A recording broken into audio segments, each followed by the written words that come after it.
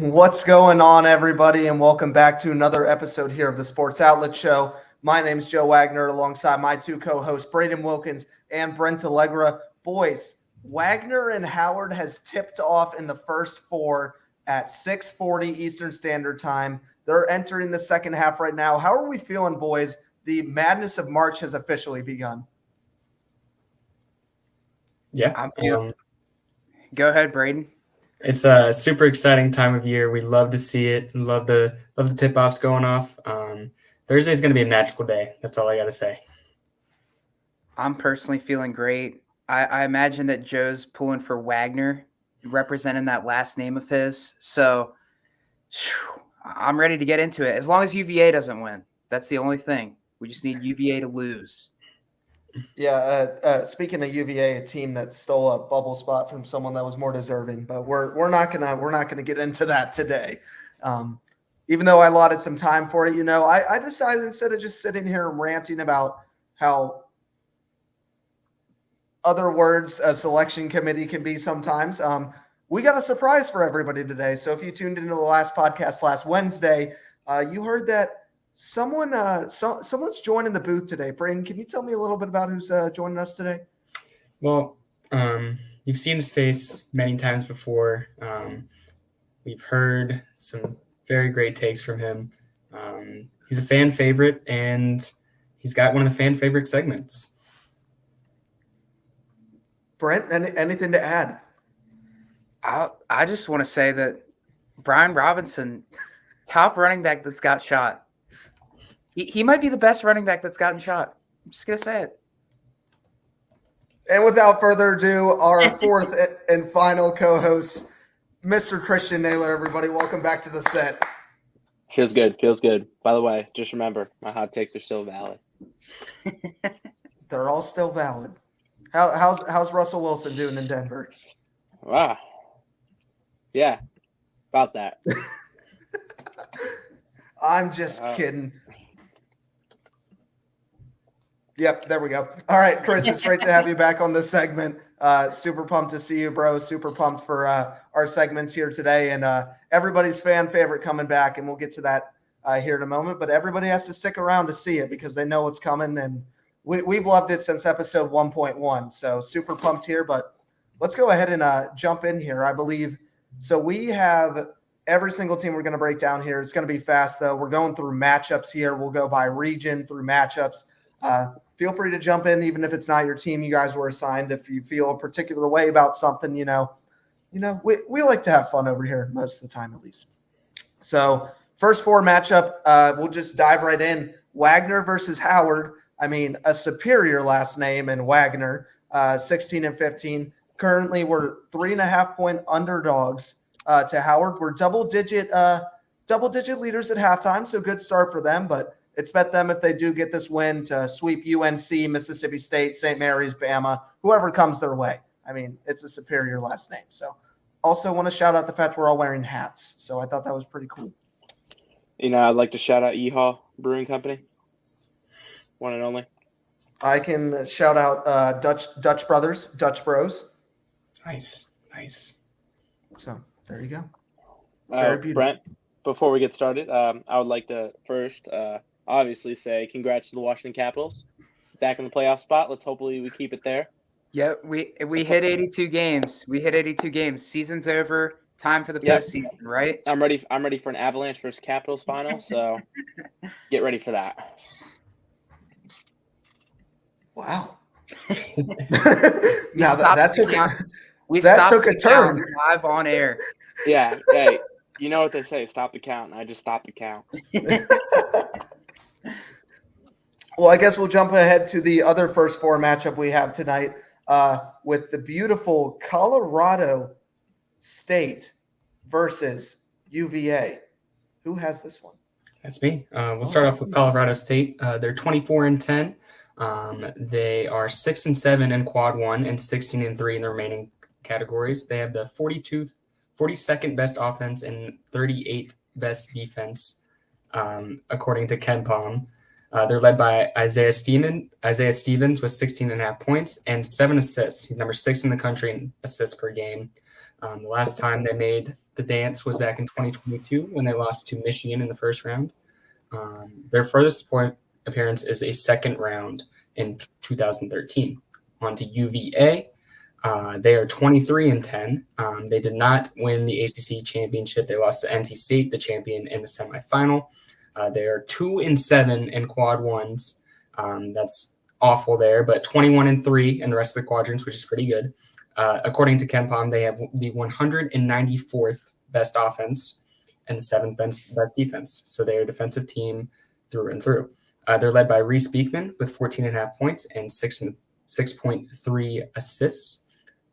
Their last appearance was last year when they lost to number 13 seed Furman in the first round in a very entertaining game. They are national champions back in 2019, and that was reputation saving after losing to UMBC in the first round the year before. Remind me, Braden, is that the first time that's ever happened in NCAA history? That was one of only 2 times in NCAA. One of only 2. Yeah, but it's the first one everybody remembers, not the second one, right? Exactly. Okay, cool. I was just making sure on that. In full honesty, I believe that this just seems like a game that UVA is going to win. I mean, the ACC's been abysmal this year. It's been absolutely horrendous. So the fact that this many ACC teams are even represented is crucial to other conferences that didn't get their licks in. But Big East. I will just state for the record that nothing I say on here is giving sports betting advice or sports betting advice of my own. But if you were a person out there for UVA plus 2.5 or UVA money line, I would consider that if that was you. I think either way, either of these 2 teams are going to lose to Texas in the round of 64, so it doesn't particularly matter. If I have to watch UVA play Texas, I'm going to turn it off. When we talk about UVA, I can only think about one moment. Happened about, I think it was 2 years ago now, on a cold November day. A 53-52 victory in the AUBC of James Madison University, which I happen to share very greatly. So when I go into this game, that's all I can remember, the happiness of stealing all the chairs from UVA and winning the game. Thank you. Maybe he can tell me a little bit about if Tom Izzo is actually good in March or not. I don't know. Was he good in September? Not quite. Oh, boy. I would like to add, go Colorado State. I kind of have to say that, but go Colorado State. Bring it to the second round and nothing farther. I'd be okay with this plan. Works for me. Because, there are chants that everyone likes to say at JMU, but for family reasons, I can no longer say them. But let's say no to UVA. I can agree with you on that one, bud. Braden, another first 4 matchup that happened to fall into your lap. This is what America's looking at. Montana State and Grambling. Tell me about it. 2 absolute powerhouses here, champions of their conferences. Grambling beat Texas Southern, and Montana State beat their in-state rivals, Montana. Grambling is 20-14. Montana State is an even 17-17. They're both defeated in quad 1 wins. Grambling is 0-6 in quad 1, and Montana State is 0-1. They lost to Washington. Grambling has the 297th best offense in the country and the 197th best defense. And Montana State has the 234th best offense and the 198th best defense. This is the first time that Grambling has ever made the NCAA tournament as a Division I team. So congrats to them for punching their ticket. It's their first D1 appearance, as I said, and they take on Montana State, who last appeared last year as they were a 14 seed and lost to Kansas State in the first round. Their best showing was a Sweet 16 appearance in 1951. You got to be rooting for the first timer, go Grambling all the way, and then taking on and beating that 1 seed in the next round. That used to be a joke. It did. It used to be a joke. You can't joke about it anymore. Recent history shows otherwise. Real recent. Real recent with the 1-2-1 punch. So we'll see about that. Heading over again to another Colorado team. Go ahead. Before we go ahead, I would like to add, if Montana State basketball plays just like Montana State quarterbacks versus JMU, I expect them to get knocked out very early. Go Grambling. Oh my goodness. Chris, tell me about Boise State and Colorado. Oh, Colorado. Yeah. I mean, going to it's a very solid matchup. I'm a person that didn't believe Colorado should have made the tournament. I am very optimistic. I mean, yes, they looked very well. They went 24-10, but they lost to Oregon in the final, and obviously Oregon's an 11 seed. So let's see how they do in this kind of open round, first round go around. I mean, it's one of those things. It's going to be, I would say, an evenly matchup where I hope Boise State won. Yes, Boise State holds a 22-10 record. Yes, they lost in the quarterfinals to New Mexico.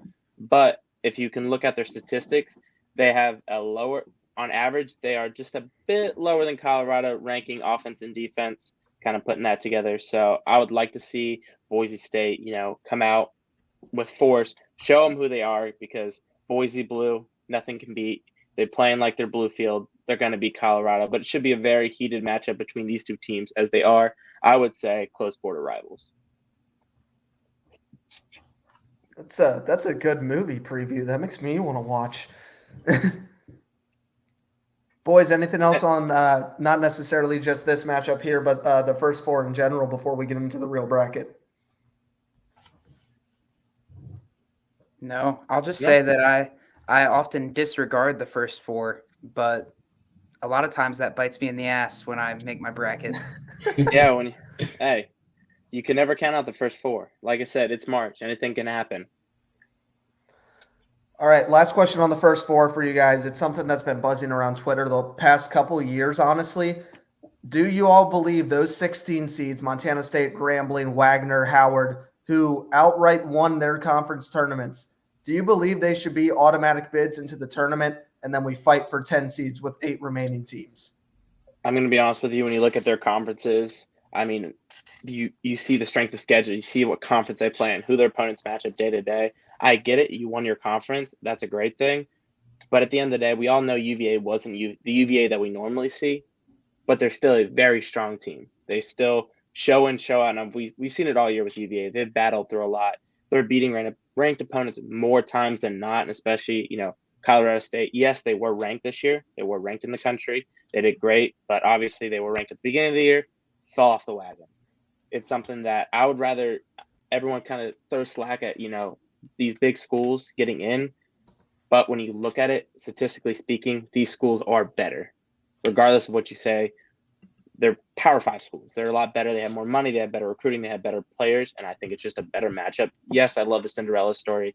Yes, I love, was it the Dickinson of last year going all the way? But at the same time, these schools, even though they didn't perform well, deserve to be here. I'm going to take the same stance from a sort of differing perspective. I think if you just put in all 10 seeds there, you're seeing more major conference teams, more poor major conference teams. With the 16 seeds in the play-in games, you see more of those mid-major teams that win their conferences. You see them fighting for a shot to get into the round of 64. So I think it's an opportunity to see more teams that you didn't already know and teams that you're not familiar with. And I think that's fun for those smaller programs. Yeah, I think some of those schools that were left out, Oklahoma, Seton Hall, Indiana State, and Pittsburgh, especially, honestly, all 4 of those schools would have been fun to see have an opportunity. But it's also the same discussion about people wanting to expand the tournament. I absolutely disregard and dislike that entire. If it's not broke, don't fix it. Mm-hmm. And March Madness, you can go around and ask any sports fanatic 99% of the time, they're going to tell you that March Madness is one of their favorite playoffs. It's just 4 straight days of basketball. And I mean, if we look at it through another stance of lens of, media revenue, media deal share, more likely than not, they will change to only allowing bigger schools in because, again, at the end of the day, more ticket sales, more views, better ratings, higher quality, more money. Yes, I mean, as a conference like president, your school gets in, your school wins, you make a lot of money. But at the same time, yes, these schools have a lot of money, but also at the same time, they depend on it because their budgets are so high. They need to make a lot of money because we've seen these days that not a lot of college sports are making it. So the more money, the better. Brent, anything to add? Yeah, I mean, I'll just say and I was looking at it. I was looking at the NIT tournament today, looking at some of the teams that are in there, Villanova, Virginia Tech. You could argue that those teams probably stack up better than some of these lower seeds, Stetson, Howard. Those 16 seeds, they probably stand a better chance against those 1 seeds. But at the end of the day, there is something to be said about winning your conference. And if you win your conference, I think you deserve to be in the March Madness bracket overall. So, got to give props to them. I think, like you said, Joe, I think the tournament bracket is perfect as is, and there should be no adjustment to it at all. You shouldn't expand the bracket at all. It should be that Thursday, Friday, Saturday, Sunday, first week of March, or first weekend of the tournament should be exactly as is, in my opinion. I'd agree 100%. Awesome. Well, with that, we'll go ahead and head over straight into the East region. You guys can kind of see the bracket in our background. It's going to be that top left one up there that you're looking at, starting with the number 1 ranked UConn Huskies. So we actually put them together here. So we're kind of going to break it down, go around our little square here. You got some fun lines at the bottom there for their odds to win the region. Current spread lines as of 4:30 Central Standard Time on DraftKings this afternoon, excuse me. So we'll just kind of run through it. You're going to get breakdowns from each team here, and then we'll collectively pick this matchup and see what's going on. Number 1 seed in the East region, UConn Huskies. They did win their tournament. They beat Marquette in the final to win the Big East. 13-3 in Quad 1, impressive, but an 18-0 in Quad 2 through Quad 4 for the reigning national champions, just as beautiful there. Number 1 in offensive efficiency with 126.6 points per 100 possessions, and then 11th in defense. Now, you've probably seen a bunch of things on social media about the 1 and 11 there for UConn with those KenPom ratings. That's been a big factor for teams being in, I think it's like the top 27, and both have an 100% history of winning the national championship. There are 3 teams that fit that metric. We can talk about it later on. Led by Tristan Newton with the most points for them. Obviously, last year they won the entire thing, beating San Diego State in the finale. 5-time champion most recently last season. The UConn Huskies, Brent, I think it's you over with Stetson. Yep, I've got Stetson. A good season for them considering they are in the A-Sun. They beat Austin, PA in that A-Sun championship to make it to the March Madness tournament. In Quad 1, they do actually have 1 win in Quad 1. It was against UCF, but they also have 2 losses in Quad 1. In Quad 2 and Quad 4, they're 18-10, and that includes 8 Quad 4 losses. So obviously not what you want to see there when going deep into this team. Offensively, they rank 100th, and defensively, they rank 342nd based on the KenPom rankings. So if you're asking me if I think that there's going to be some sort of 16-1 upset here, I don't think it's happening. But I will say this. They're one of 45 D1 teams to never make the tourney. This is their first time appearing in the March Madness tournament. So best of luck to Stetson, but they're probably going to lose by 40 to UConn. I'm gonna butt in here and say I'm also picking the Huskies to run away with this one. Yeah, everyone loves an upset, but I don't think we're getting an upset over on this one. Oof. Perfect. Well, let's transition over to Chris and Braden then, and what's been talked about, the least deserving 8 and 9 seed matchup.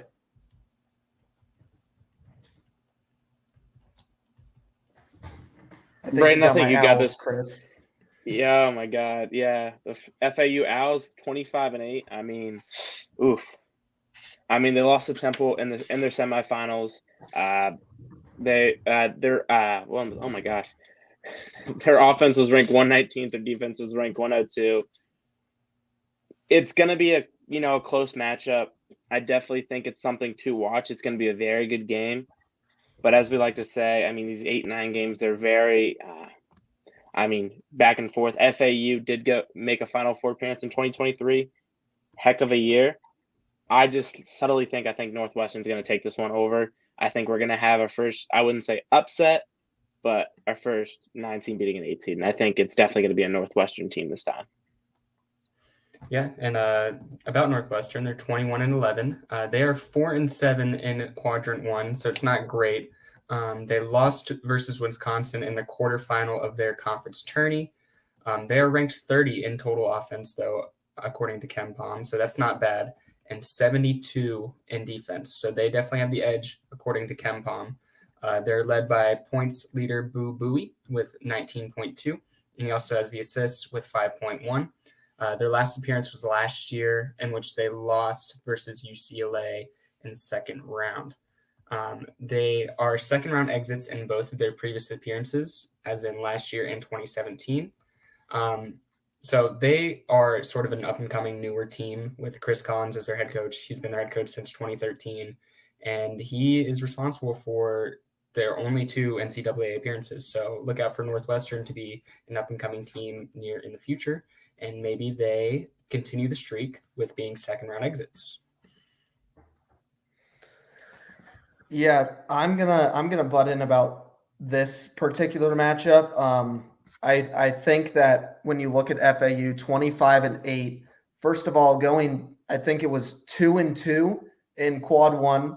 That's not enough quad 1 wins in a conference that was so darn weak this season. I mean, losing to a team that was accused of point shaving a couple weeks ago, and to Temple, of all teams, the number 11 ranked team in their conference, and then 23 wins in quad 2 through quad 4, but also 6 losses in there, being the 109th ranked defense. And I mean, they'll probably make me be quiet. They might beat Northwestern. They're not going to get further than that past UConn. But I feel like FAU for this season in the committee, they had recency bias all over their team. So I'm picking Northwestern personally, but this is going to be a dogfight.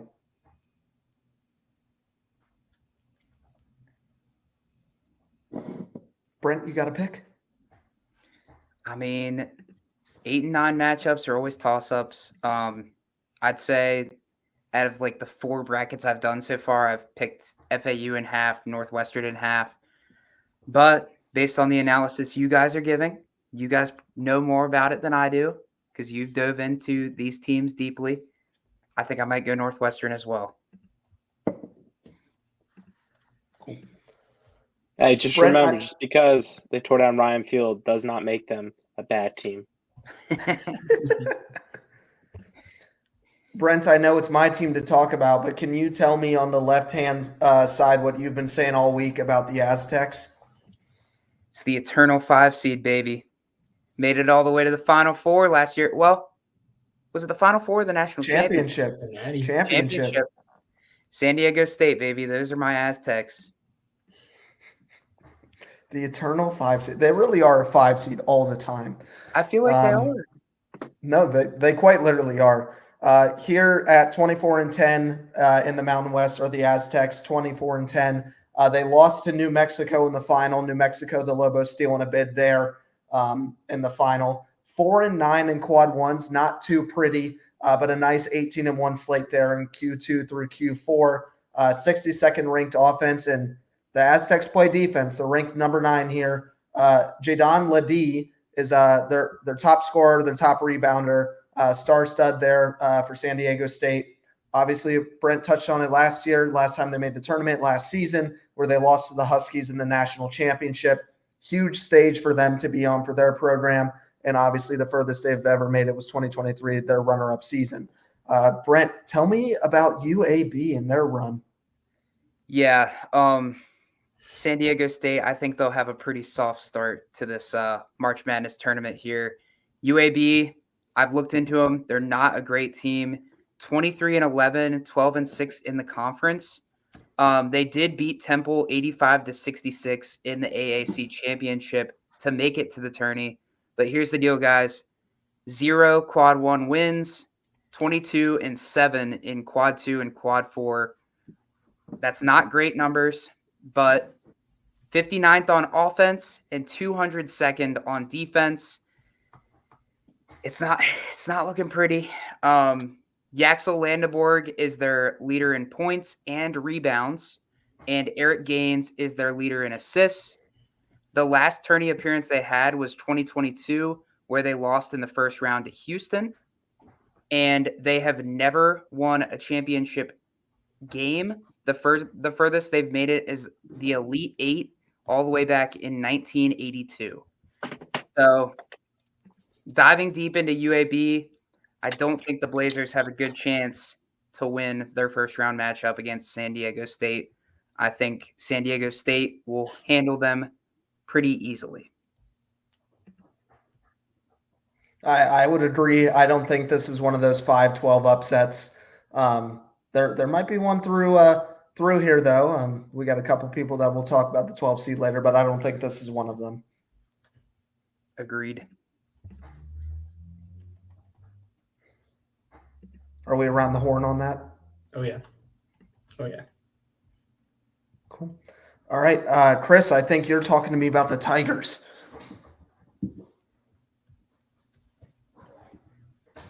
The Auburn Tigers, Bryce's 8th school that he's ever attended. We got to order those polos soon. Yeah, thank you. The Auburn Tigers, they went 27-7. They were an automatic qualifier. They did beat Florida in the final, so obviously they have some standing. They went 3-7 in quarter 1, 24-0 between quarter 2 and quarter 4. So obviously they got hot. Their offense is ranked 120th. Their defense is ranked 91. So, we're kind of at the middle of the poll here through everything. They have a pretty stacked team all around. 16 points is their leader in scoring. 8 is their leader in rebounds. 3.2 is their leader in 6. Last year, they lost in the second round to number 1 Houston. So, obviously, Houston is a really good team. Losing to them, they're not far out from their last Final Four appearance back in 2019. So, yes, the guys on the 2019 roster are no longer in this team this year, but I would not count them out. Obviously, playing Yale, we saw Princeton last year, the Ivy League school upset. The fact of the matter is I don't think we're going to see that again this year. I definitely have Auburn winning, and I definitely would like to see Auburn, I think, make it to the Sweet 16. Yeah, Chris, Yeah. I'm in agreement here. Yale is 22-9 though. They beat Brown in their conference championship final. They are 0-3 in quad 1, and they are 20-6 in Q2 through 4. They're pretty balanced in terms of offense and defense. They're ranked 89 and 90 respectively on KenPom. Their points leader is Danny Wolf with 14.3. He also leads them in rebounds with 9.8, so almost averaging a double-double there, which is pretty solid. Last tournament appearance was back in 2022. They lost to number 3 Purdue in the first round. The furthest they've ever gone was the Elite Eight back in 1949 when they lost to Illinois. Yeah, and correct me if I'm wrong, but I believe 1940s were a bit long ago. It was last Yeah, year. It was last year. So Yeah, I'm definitely with you there. Auburn's been really hot. I'm picking them to take on and beat Yale here. Dude, the Auburn Tigers have been such a up and down, but they got like Chris said, they got absolutely hot in the SEC tournament. They did it at the right time. They concluded their season really well too. Team to look out for. Just that they're either losing to Yale or they're going to the Elite Eight. It'll be spooky. Brent, you got anything? No, I think this is going to be an easy one for Auburn. I definitely have them winning this matchup. Cool. All right. We can go ahead over to BYU, and it's Duquesne, right? No, it's DeQuesne, bro. It's not DeQuesne. DeQuesne. It's DeQuesne. It's not DeQuesne. All right, I'm You doing really this wanna- one. you really want to bring that up? I'm doing this one to shout out the logo real fast for Dutch Bros. I have BYU over there in Provo, Utah, recent addition to the Big 12. Let's just go ahead and dive into it, boys. Here to the number 6 seed, 23-10. They lost in the quarterfinals to Texas Tech. 6-8 in quad one in the Big 12. Anytime you're getting over 6 wins is huge for the conference. 17-2 in Q2 to Q4. Again, just absolutely. BYU's played their butts off all year. They've just been fantastic. They're 11th in offense, 48th in defense. Jackson Robinson has been an absolute stud for the Cougars. Their last tourney appearance was in 2021, where they lost in the first round to UCLA. And then the furthest they've made it was the Elite Eight. They're 3-time people there in 1981, 1950, and 1951. But the stat here I kind of want to go through, guys. BYU has not won a tourney game since 2012. So Mr. Naylor over there was about 11 years old. Yeah, 2012, man. What a time to be alive. Right after the housing crisis, what a time. Should have bought a house. Should have bought a house at that time, man. It'd probably be worth probably about half, Well, Brent, tell me about the team from Pittsburgh that actually got in. Yeah, DeQuesne, my boys. No, I'm just kidding. It's Duquesne. Let's put some respect on their names because this is actually a pretty decent team. Hold on. So we put respect on Duquesne's name, but we still say Utsa about UTSA. It's just a nickname. Okay. Here's the story with Duquesne. They beat VCU 57-51 in the Atlantic 10 championship. They do have 2 quad 1 wins. Those are coming against VCU and Dayton. So not like high power Q1 wins, but they're still Q1 wins. 21-8 in Q2 and Q4. On offense, they're not the best, 166th. But on defense, they're actually ranked 28th, which is pretty high for an 11 seed, in my opinion. Their points leader is Day Grant. He's averaging 16.7 points a game. Rebounds is Fusenyi Drame. I probably butchered that name, but if you looked at the spelling, it's pretty hard. Their assist leader is Jimmy Clark III, and the last time they made a tourney appearance was 1977, where they lost in the first round to VMI. So this team, they've never won a March Madness championship game. The furthest they've made it is the Final Four in 1940, where they lost 39-30 against Indiana. Good game. Pretty low scoring defensive game right there. Good gravy. BYU's winning this game by double digits. That's all I'm going to say. I would not be surprised if Duquesne makes it close. I think BYU will win, but I think Duquesne can make it close. Agreed. I'm with you on there. Cool. All right. Tell me about that team in orange, Chris. The Fighting Illini. The Illiners? I'm just kidding.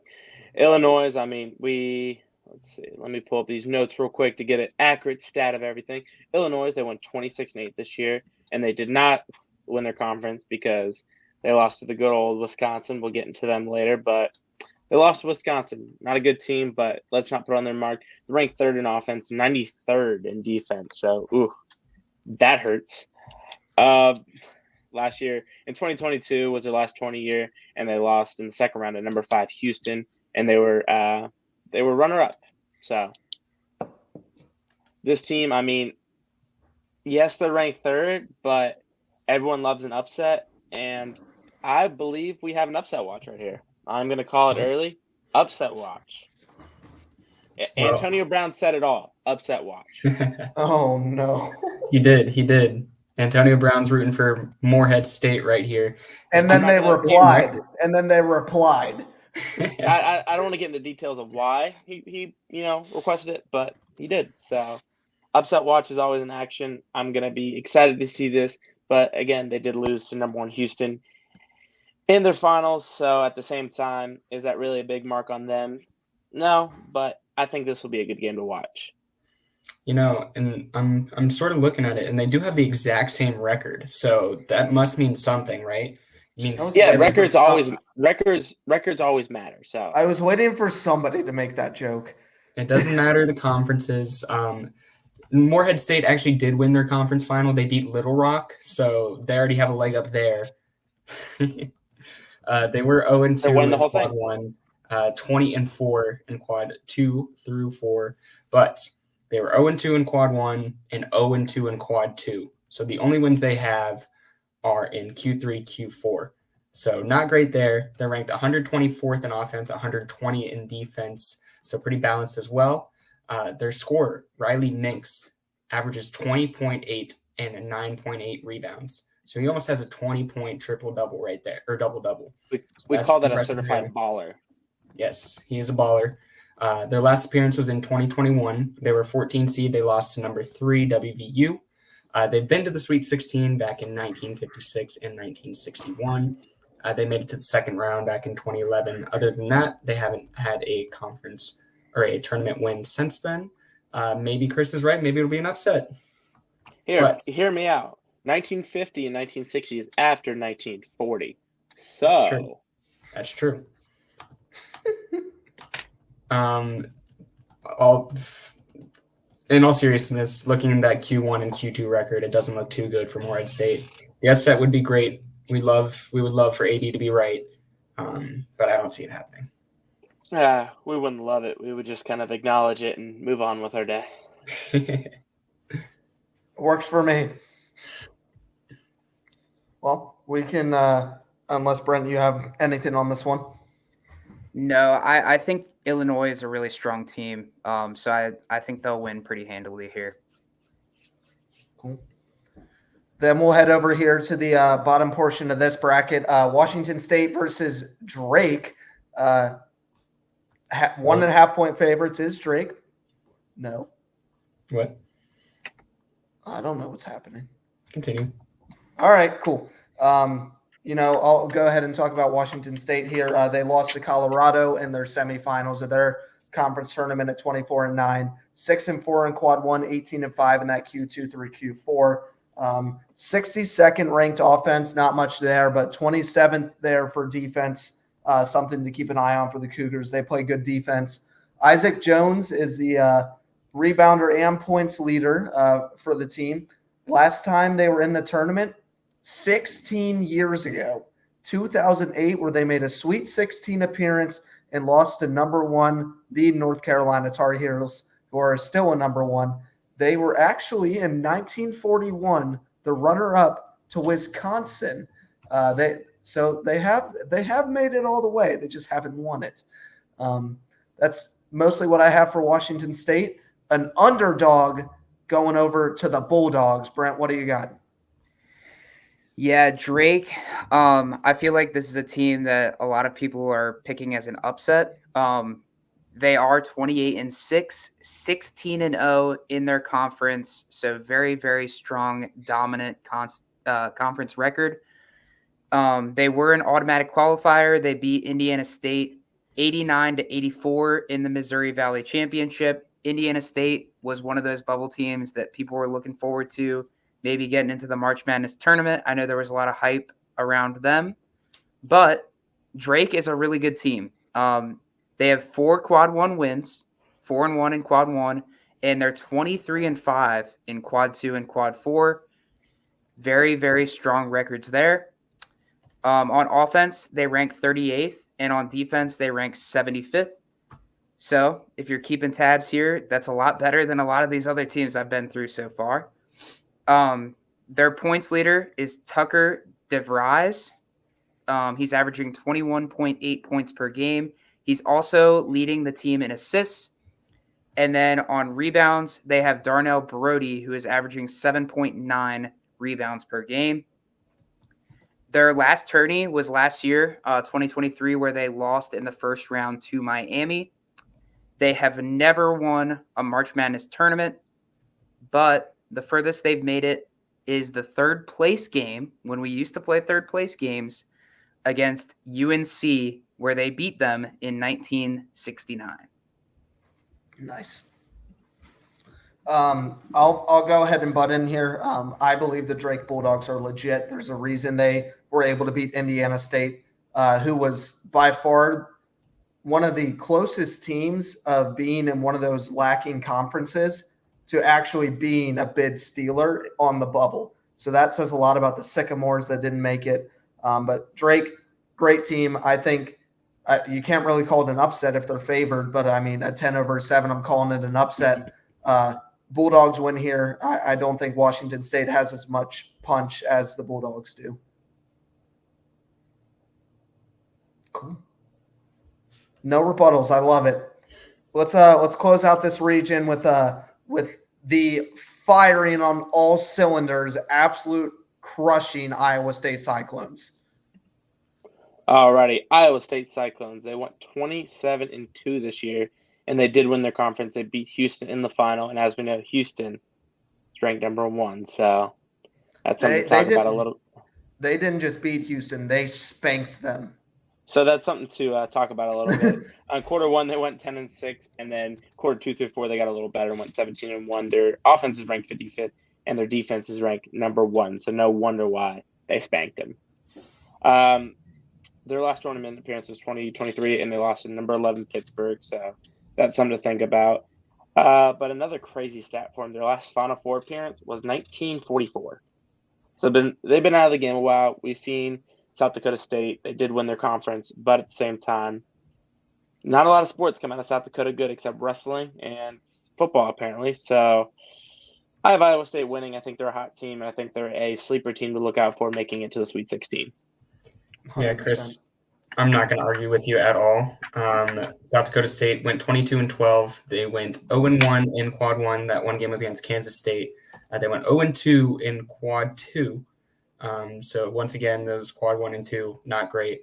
They're ranked the 134th best offense, 163rd best defense. Their leading scorer is Zeke Mayo with 18.8 per game. He also leads in assists with 3.5.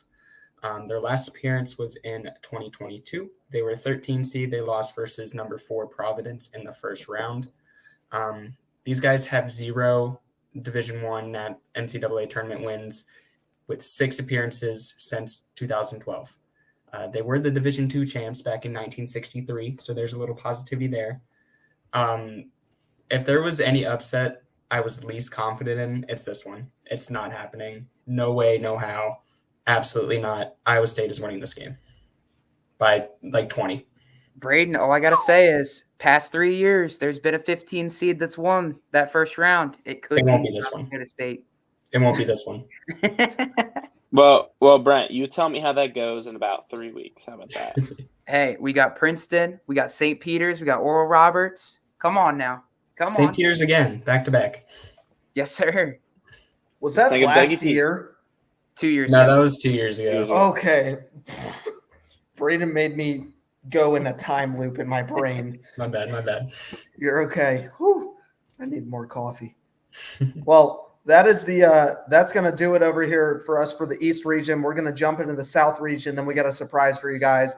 And then we'll hit another region after that and got a couple more surprises. So we'll just go here real fast. And Brent, I think you're kicking us off here with the number 2 overall seed.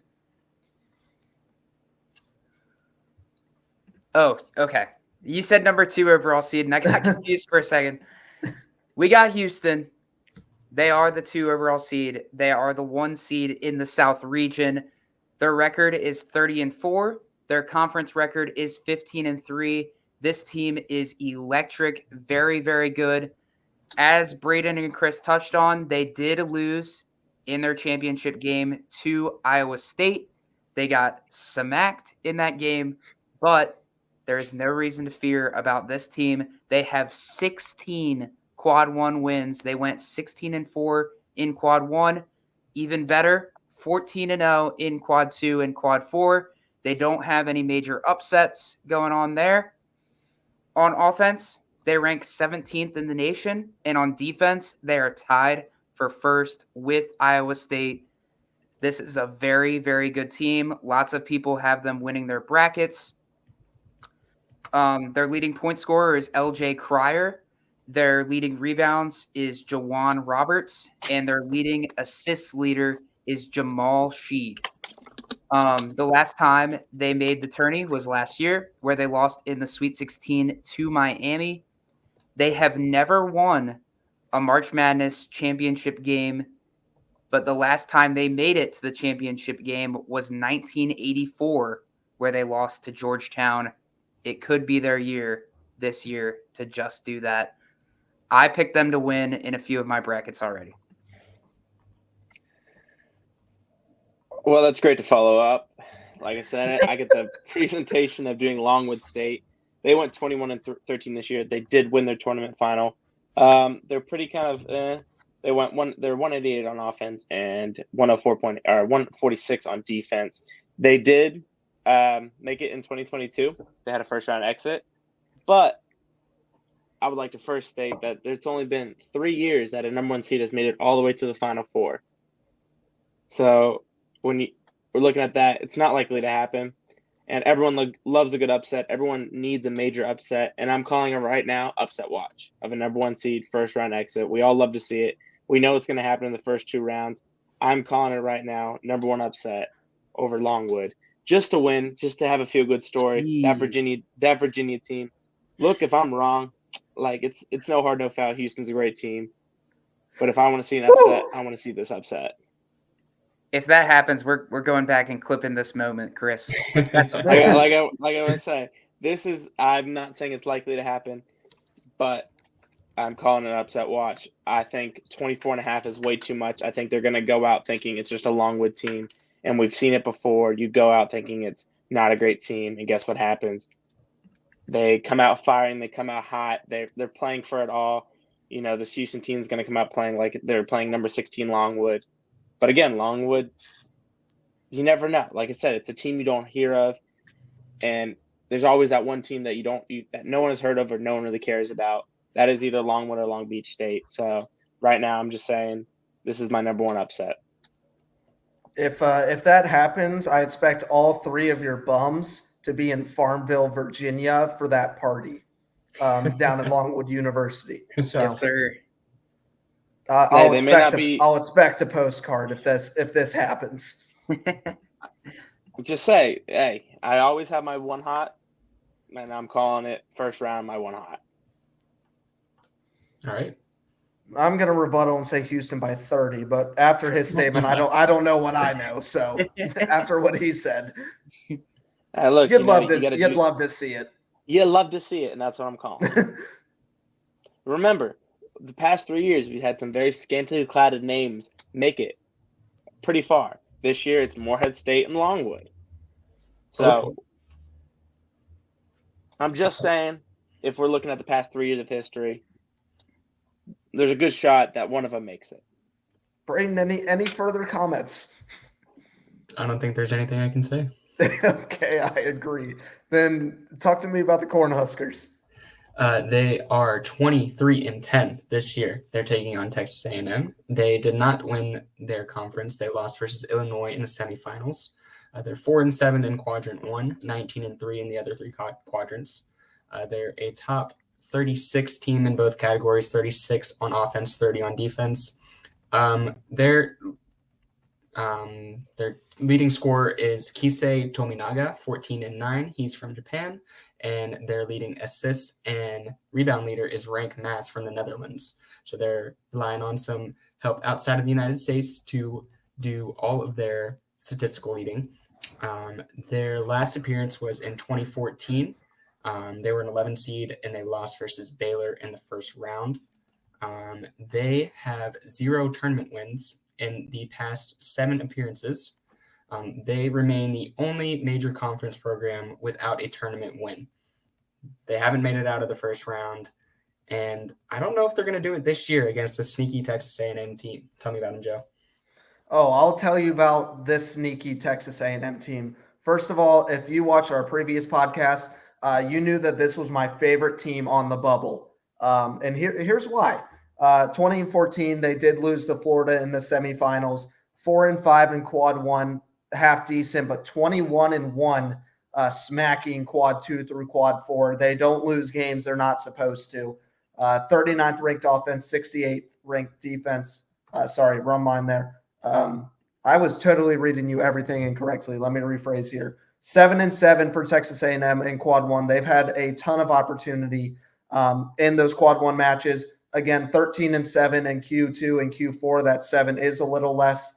That 31st ranked offense and that 57th ranked defense are two things that they're sitting in the top 64 of both. That's what you want to see from your team that you don't see in a ton of teams going 9 and below, even some in 7 through 10.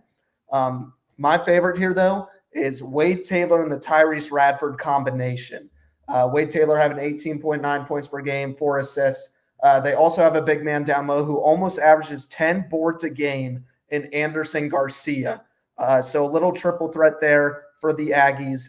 This Texas A&M team, and I'm glad Chris was talking about it, this Texas A&M team has every weapon equipped to beat Houston in the second round after they just absolutely shamed Nebraska.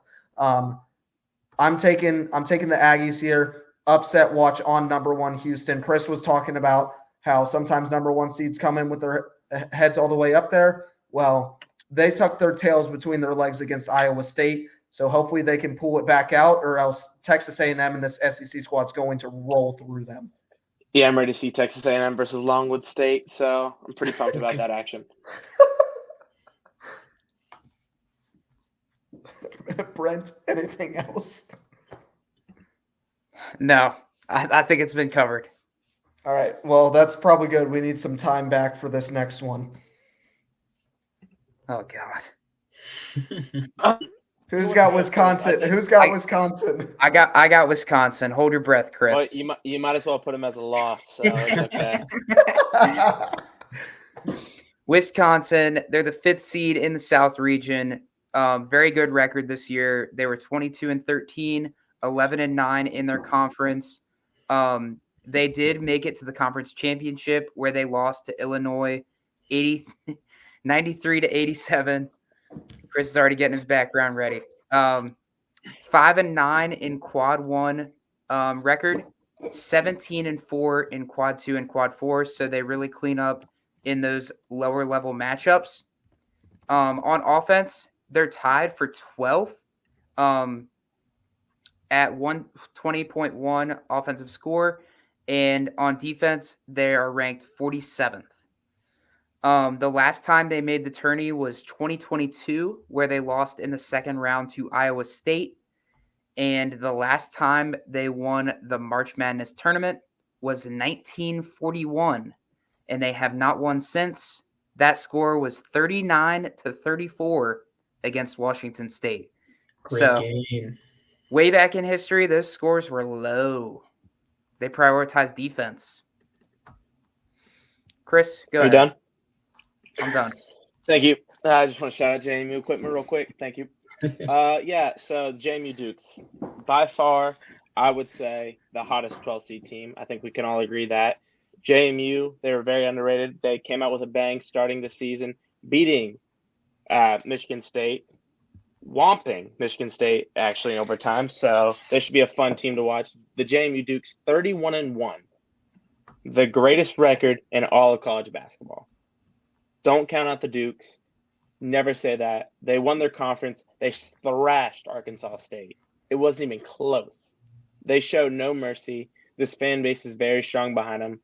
In quarter 1, they went 1-1, average and abysmal. But in quarter 2 through 4, they went 29-2. I mean, they're pretty average. They're ranked 47th and 89th. So I believe, let me just make sure with that one. Yeah. Oh, sorry. They're 56th and 79th, offense and defense, respectively. So they're pretty, average on both sides. Their leading scorer and their leading rebounder, Terrence Edwards, with 3.5 rebounds and 17.4 things. The last 20 appearance was all the way back in 2013 when they were the 16th seed and they lost to Indiana in the first round. And they made the second round 3 times, most recently in 1983. This team, ladies and gentlemen, I would say, I think we can all agree, is hot. They're very strong-willed. They're very well-rounded. They're hungry. And it shows more hunger when their entire conference doesn't want them to win. doesn't want the media rares because this conference knows that in some way JMU is a bully. They bully teams. I mean, everyone knows that the JMU fan base gets above and over themselves and they like to talk their talk, but this team is hot. This team is hungry, and I wouldn't count them out beating Wisconsin. I wouldn't count them out beating Duke. We could potentially see a run by JMU going into the 16. Yes, they could lose in the first round. Wisconsin is the 5.5 favorites, but if you look at the line, I think it was minus 150 yesterday. There's not a lot of craziness. JMU is a strong team. JMU should be a team that you're scared for and that you need to look out for, because if JMU makes a Sweet 16, it wouldn't surprise me. It wouldn't surprise me what they do. Yes, I don't think they're experienced enough to win this whole thing. They're still new to it, but they're a team that's just getting started. Their head coach is nominated for the Coach of the Year. This team is hot, hungry. They wanted it last year. They didn't get the opportunity. They lost in the finals, but this year they're ready to go. Their team is stacked. Everyone's healthy. This is going to be a very exciting team to watch on Friday at 9:40. Everyone needs to tune in because I'm going to be excited to see what they do. A lot of people have JMU upsetting Wisconsin, PFT commenter, and a lot of major news outlets have JMU beating Wisconsin. PFT commenter's a homer. Hey, he was the greatest. Hey, you can't count him out. He was the greatest college game day, host this year. That was fun. We all saw the fan base of what they do on college game day. This is going to be the first time they're in the tournament since 2013. I would expect a large turnout because, like I said, this fan base doesn't get this often, and this opportunity doesn't pass them up. So I'm going to be happy to see how they travel, and I'm happy to watch them.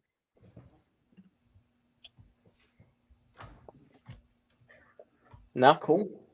The degree says it all. My only thing about JMU is absolutely one of the hottest teams in the country. You already said 31 wins, most in NCAA this season. And I'm sure you can probably speak to this, Chris, is the noise of don't let people know that you're the upset favorite. Because in their mind, a lot of media is picking JMU, myself included, does have JMU winning this in 2 of my 3 brackets that I created. Just don't let the moment be too big for them. But JMU athletics, not just JMU basketball, has shown that all darn year that the moment's not too big enough for them. If they reciprocate what they were able to do against Michigan State in their opener, they'll have no problem putting battle to the Badgers. Absolutely. I'm excited to see, like I said, the women. And on the women's side, they have the opportunity to go to the first year of the WNIT tournament, barely missing women's March Madness, but when they made the final and they sadly lost, but they're being the favorite. JMU was number 2 going into the tournament. Their only really losses to App State, and they had troubles with them all year. So I'm going to be excited to see what they do. Hopefully they come in hot and heavy and show Wisconsin what it's like that now JMU is not a small town school anymore, sending out Jeff Bourne and President Alger on a high note before they both respectively leave the school at the end of this year. Let's do it. One update before we jump over to the 4-13 matchup. Just gonna share my screen for a second. Just gonna share my screen for a second.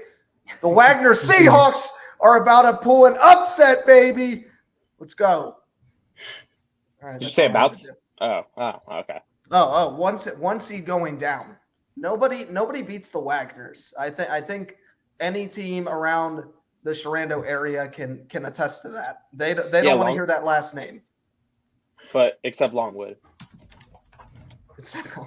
2 16 seats winning next week, baby. Yes, sir. Let's do it. Who's got Duke? That's me. Braden. Let's do it. Duke went 24-8 this season. They did not win the ACC tournament. They lost versus NC State, the eventual champions, in the quarterfinal. They went 5-4 in quadrant run, and 19-4 in the other 3 quadrants. They are number 7 in offense and number 26 in defense, pretty solid. They are led by Kylo Flopikowski in points and rebounds. It's very impressive after suffering a devastating injury in Wake Forest. I thought he was out for the year. Yeah, all power to him. I was really worried if we compared the incident to dead. DeMar Hamlin. So, I was really worried. I was just so happy he got healthy really quick, was able to recover within a week. Surprisingly, the doctors really just try to push his treatments, to make sure he was okay. Because obviously, being a Duke basketball player, you got to get back on the court and you got to, start taking cheap shots again. Exactly. American hero. He will be miraculously playing in the tournament. I hope he's not. I don't think he has an injury designation. I mean, like I said, coming back from a devastating injury, you're really worried week to week if you're going to stay healthy. Duke's last appearance in the tournament was 2023 last year. They were number 5 seed. They lost against Tennessee in the second round. They have won the NCAA tournament 5 times, most recently in 2015. Hey, man. Vermont, the Catamounts, feeling the energy that they get from counterpart UMBC. Same conference, same energy, same passion. You know where I'm going with this. Vermont, they beat UMass Lowell in the final. Beat them pretty well in their home court as well. Actually watched that entire game on Saturday. 0-2 in quad 1, 26-4 in quad 2 through 4. 159th in offensive efficiency, 62nd in defense, so the Catamounts can play defense. Their highest scorer, TJ Long, 12.2 points. Hey, we're a rotational team here. We got that passion, got that energy. Last year, they lost in the first round to number 2 Marquette. The furthest they've ever made it is the round of 32 in 2005. But they also do have a quad 4 loss to NJIT, the New Jersey Institute of Technology, who is the 330th net ranked team. So huge. After losing to the New Jersey Institute of Technology, you got me to thinking. They have an 84% graduation rate, the New Jersey Institute of Technology. They have a 66% acceptance rate, right? All right, stay with me. So if they have that many great athletes with that, how is the 6% acceptance rate of the Duke Blue Devils going to win? Where are they finding talent? How are they doing it? What about their walk-ons? The Vermont Catamounts, guys, just hear me out here. I'm almost done. The Catamounts are my number 1 team in the bracket to upset. Chris was saying JMU about beating Wisconsin, thinking maybe or maybe not they can beat Duke. They don't have to. They just got to beat Vermont because the Catamounts are winning this game. Book it. Right, like I said, having a devastating injury really puts you into question this game. And so if he, miraculously gets out, ruled out because of the scary injury he suffered a few weeks ago, Vermont's winning it. 100%. Coach K is going to be disgraced at the performance Duke's going to throw out there on Thursday. He's going to look like the UNC coach once they lost to NC State. Just devastated. That's all I got. Tell me about the Red Raiders, Chris. No, Brent. It's Sorry, me. Brent. I It's meant me. Brent. Whoa. Let's not attack here. Yes, it is, because I have NC State. I have number 6 seed, Texas Tech. They went 23-10 this season, 11-7 in their conference. They lost to Houston 82-59 in the semifinal of that tournament. In quad 1, they were 6-9, and in quad 2 through quad 4, they were 17-1. So they really cleaned up against those bad teams. On offense, they rank 23rd, and on defense, they rank 45th. So a pretty well-rounded team. On leading in points is Pop Isaacs, a great name, 15.9 points per game. Rebounds is Darian Williams. He's averaging 7.5 a game. And on assists is Joe Toussaint, averaging 4.3 assists per game. Their last tourney appearance was 2022, where they lost in the Sweet 16 to Duke and not Kyle Filipowski, but respect. They have never won the March Madness tournament, but they were close. Last time they made it to that championship game was in 2019, where they sadly lost to UVA. Yeah. Well, we have another feel-good story in NC State. Going 22-14, winning their conference on one of, let's say, the greatest conference championship update. Everyone expecting UNC to run through that tournament and NC State did what the Washington Wizards can't do and win in Washington. They went 3-8 in quarter one, 19-6 in quarter two. Their offense is ranked 47, defense ranked 89. This team, I would say going to this tournament, you don't know what to expect. Their last tournament appearance was last year. They were the 11th seed, but lost to Cretan in the first round. They are two-time champions, most recently in 1983. For this reason, I see them as an exciting matchup. I'm not guaranteeing a win. I'm not seeing a clear path for them to win. But if they're playing like they're hot now and they keep this up, I mean, I don't know how you guys feel about this. I don't believe UNC deserved that number one seed. Losing to NC State, I don't believe that they deserve it. They're sloppy. They're playing sloppy. They're playing full of themselves.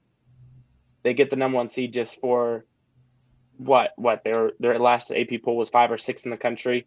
To me, they don't deserve a number one seed for UNC. But NC State, if they continue being hot, this should be a breeze for them going to the second round and hopefully getting into the Sweet 16.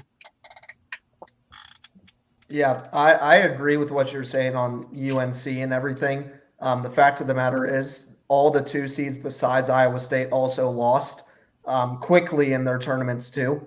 I think that was the only reasoning behind it, but I agree with what you're saying about NC State.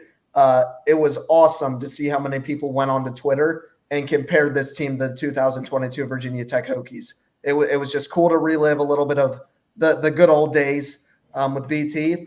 But it also has to go to the fact, okay, if you're comparing them here, Tech played 4 games, 4 wins in 4 days. NC State played 5 wins, 5 games, 5 days. Tech was an 11 seed going up against the Texas Longhorns, drew an absolute horrific bid. NC State drew an 11 seed going up against Texas Tech. Is it the same story? I don't know. But DJ Burns is a fun player to watch in the country when he's not playing your team. I'll just say that much. But even around all the hype, I have the Wolfpack winning this game. They're so hot right now. But like I said, this should be a very interesting game. I think the spread 5.5 is kind of there. I think it's going to be a close matchup. So I'm excited to see it. Not a team you want to see with a buzzer beater on the line. Nope. Braden, Wildcats, hit me. Wait, but real quick, 23-9. I would like to say real quick, I just watched the recap, or not the recap, but the final of the Wagner versus Howard game. Howard had 3 chances to make a 3-point to tie the game, and they failed on all 3 attempts. So they also went on a 16-2 run. I wasn't going to input that. So just to let you know, champions could be you. They technically have a chance. Yeah. Technically. Brandon, just put that number 3 Kentucky. They are the only team in this March Madness tournament that's undefeated. I will say that much. That's true. All right. Those Wildcats, 23-9. They did not win the SEC. They lost versus Texas A&M in the quarterfinals. Most of those losses came in Q1, as you would expect. 6-7 in that category, and 17-2 in Q2 through 4. They are the number 5 ranked offense in the country, according to KenPom. It's really good. They're number 108 in defense. That's not good. So very, very offensive team. Defense, not great. Antonio Reeves is their leading scorer with 20 points per game. 20 points per game on the dot. Trey Mitchell leading in rebounds with 7 on the dot. And Reed Shepard leading with 4.5 assists per game. Their last appearance was last year when they lost to number 3 seed Michigan in the second round. They are an 8 times champion of the NCAA tournament. That's the second most of all time, only behind UCLA. And they most recently won back in 2012. These Wildcats, like I said, a very offensive team, not a defensive team at all. Let's see if Oakland has the firepower to keep up with this terrible defense. Yeah, Braden, I'm glad you said so because the Oakland Raiders were. The Oakland Athletics were. Man, I can't get it right. You know, all these Oakland teams and just about to lose. You just put them all together. But let me tell you about the Oakland Golden Grizzlies. Absolute great mascot name. Absolutely love it. They did win their conference. They beat Milwaukee in their final. I think that's the Horizon. I could be wrong. 1-5 have a quad 1 W, 22-6 in Q2 through Q4. the 135th ranked offense. So that's what we're coming at Kentucky with, and the 165th ranked defense. If you don't know the name Trey Townsend, you're going to get to know it.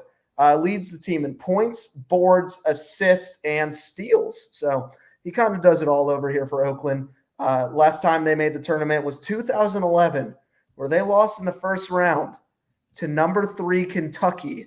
So a little bit of play on here, a little bit of revenge game coming on. Furthest they've made in the tournament, round of 64, because they beat Alabama A&M in the first 4 in 2005. So they have gotten a win in the tourney. And that quad 1 win, if you were wondering, they beat Xavier 78-76. So this line is way, way, way too low, and I think Oakland might lose by 20. I agree. I don't really have anything else to say. Let's just go to the Gators.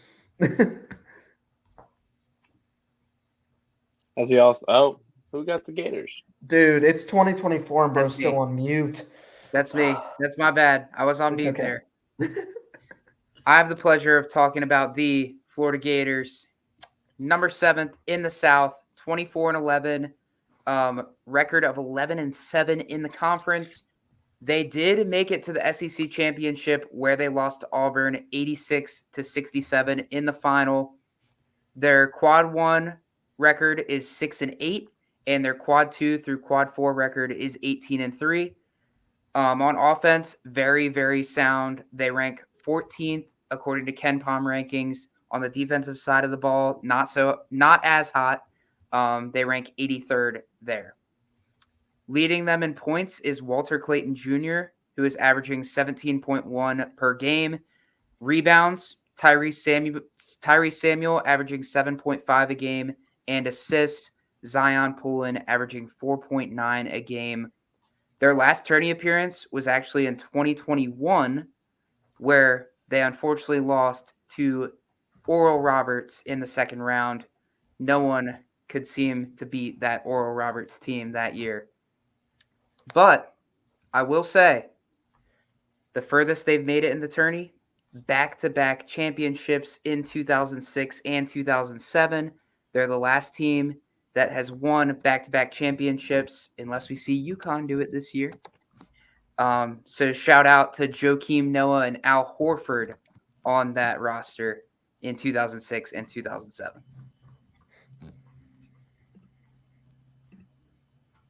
Cool.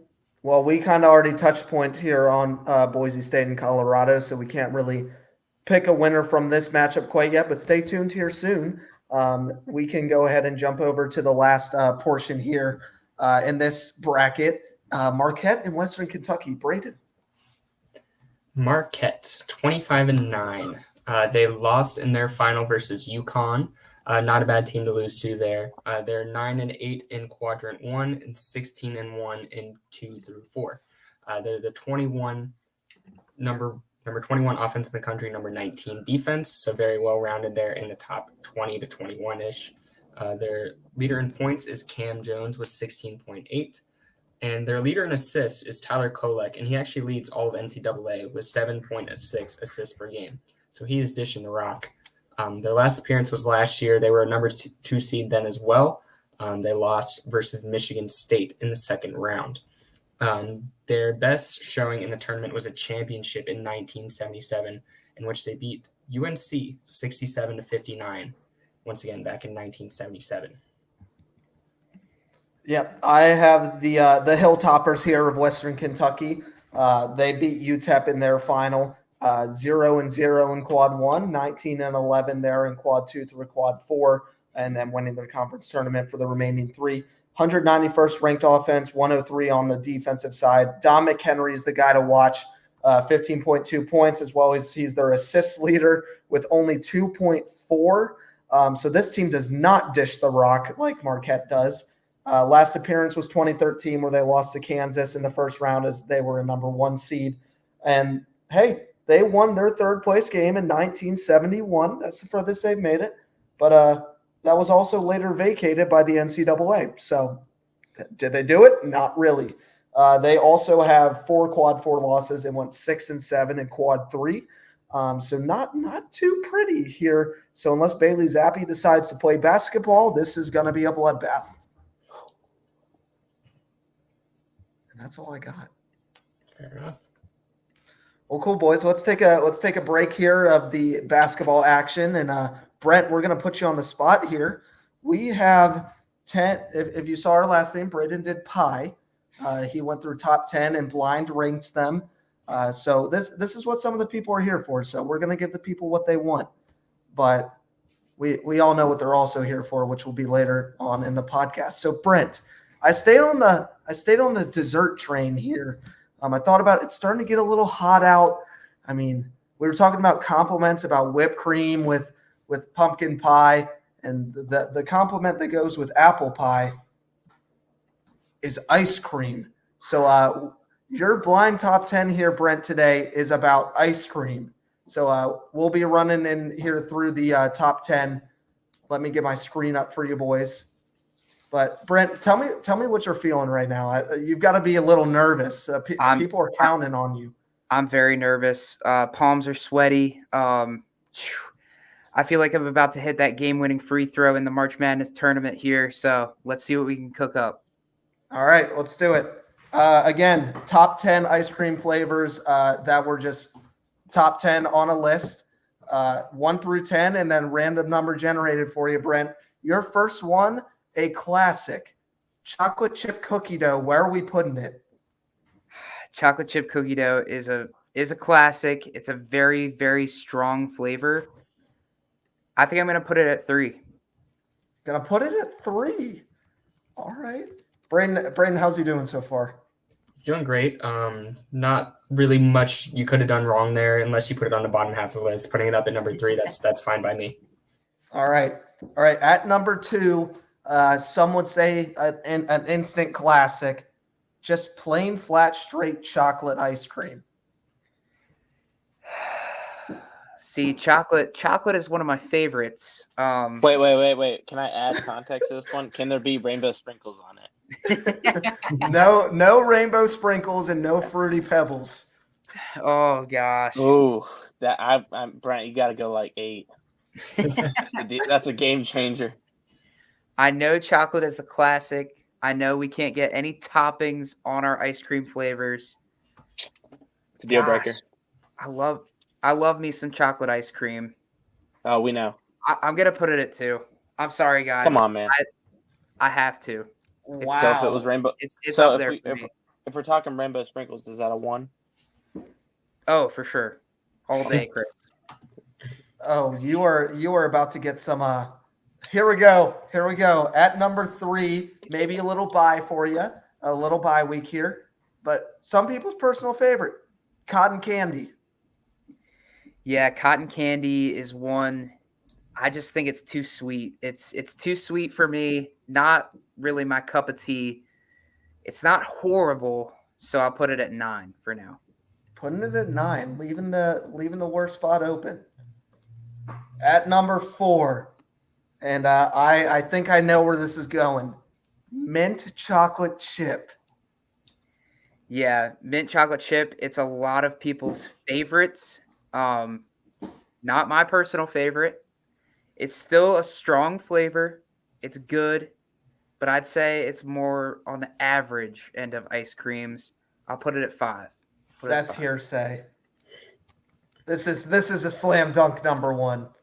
It's not. It's just not. Thanks, Braden. All right, at number 5 here, your 5th selection. If you rank cotton candy, I'd assume this is going to go nearby. Birthday cake. Yeah, like you said, very similar to cotton candy in the fact that it's just super duper sweet. Again, not really my thing. I think it is a little bit better than cotton candy, so I'll put it at 8. All right. I will advocate. I am a huge birthday cake fan. So for ice cream. At number 6, playing here with the triple header. He's a talent of his own. Strawberry ice cream. Strawberry. It is a strong flavor. I'd say it's definitely more on the average end of things. I'll go 6 for strawberry. Go 6. All right, Braden. Analysis. How's he doing here? This is all very subjective, but mint chocolate chip is my number one. I understand that's not your favorite. That's fine. Other than that, I'm pretty okay with it. I like strawberry. I like chocolate chip cookie dough. Chocolate could be bumped down a little bit for me, but other than that, I think it's solid. Okay. I think Brent. the thing we need to remember with mint chocolate chip is it can be very minty sometimes. Like sometimes it's just like too minty where it gets to the point where it almost tastes like toothpaste for me. Okay. Okay. I don't know if Okay. you guys get that feeling or not, but I think that's fair. There are higher tiers of brands of mint chocolate chip than Yes. others. That is a fair point. There you go. I'm going to have to go here. So let's go with at number 7, Brent, for you is cookies and cream. cookies and cream. Let's put it at 4. It's a very Putting it at strong 4. It's a very strong flavor. Needs to go on the top end of that list. So we got the 7, the 10, and the 1 spots open here down the stretch. Hoping for something good and something really bad. At number 8, Neapolitan. Neapolitan's kind of a cheat. It's kind of a cheat. It's on the list, man. It's got chocolate, vanilla, and strawberry in it. But you know what? I don't like cheats. I don't think they should be on the list. I'm putting it at 10. Okay. Be your own flavor. Disqualified.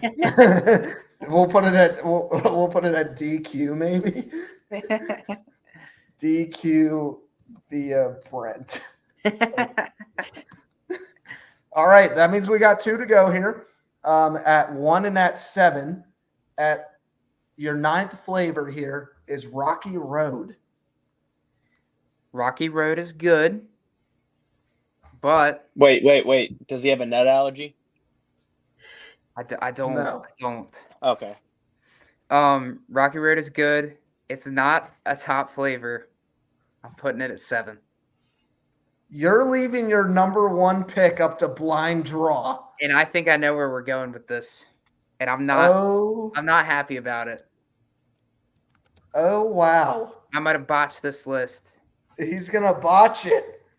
At number 1, I think you look at the top 10 and you know what it is. You know what's coming.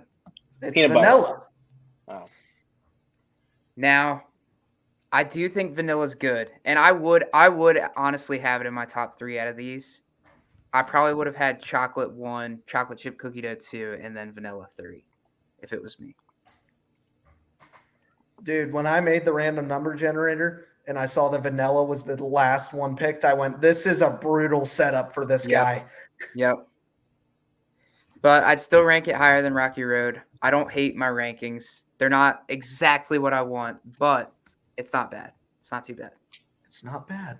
All right. We'll take it. It seems like this is a fan favorite, by the way, guys. So this may become a recurring segment here on the Sports Outlet Show. So stay tuned on that one. Let's go ahead and kick it back over into basketball. Yeah, I know, guys. I'm sorry. We have to go back to basketball.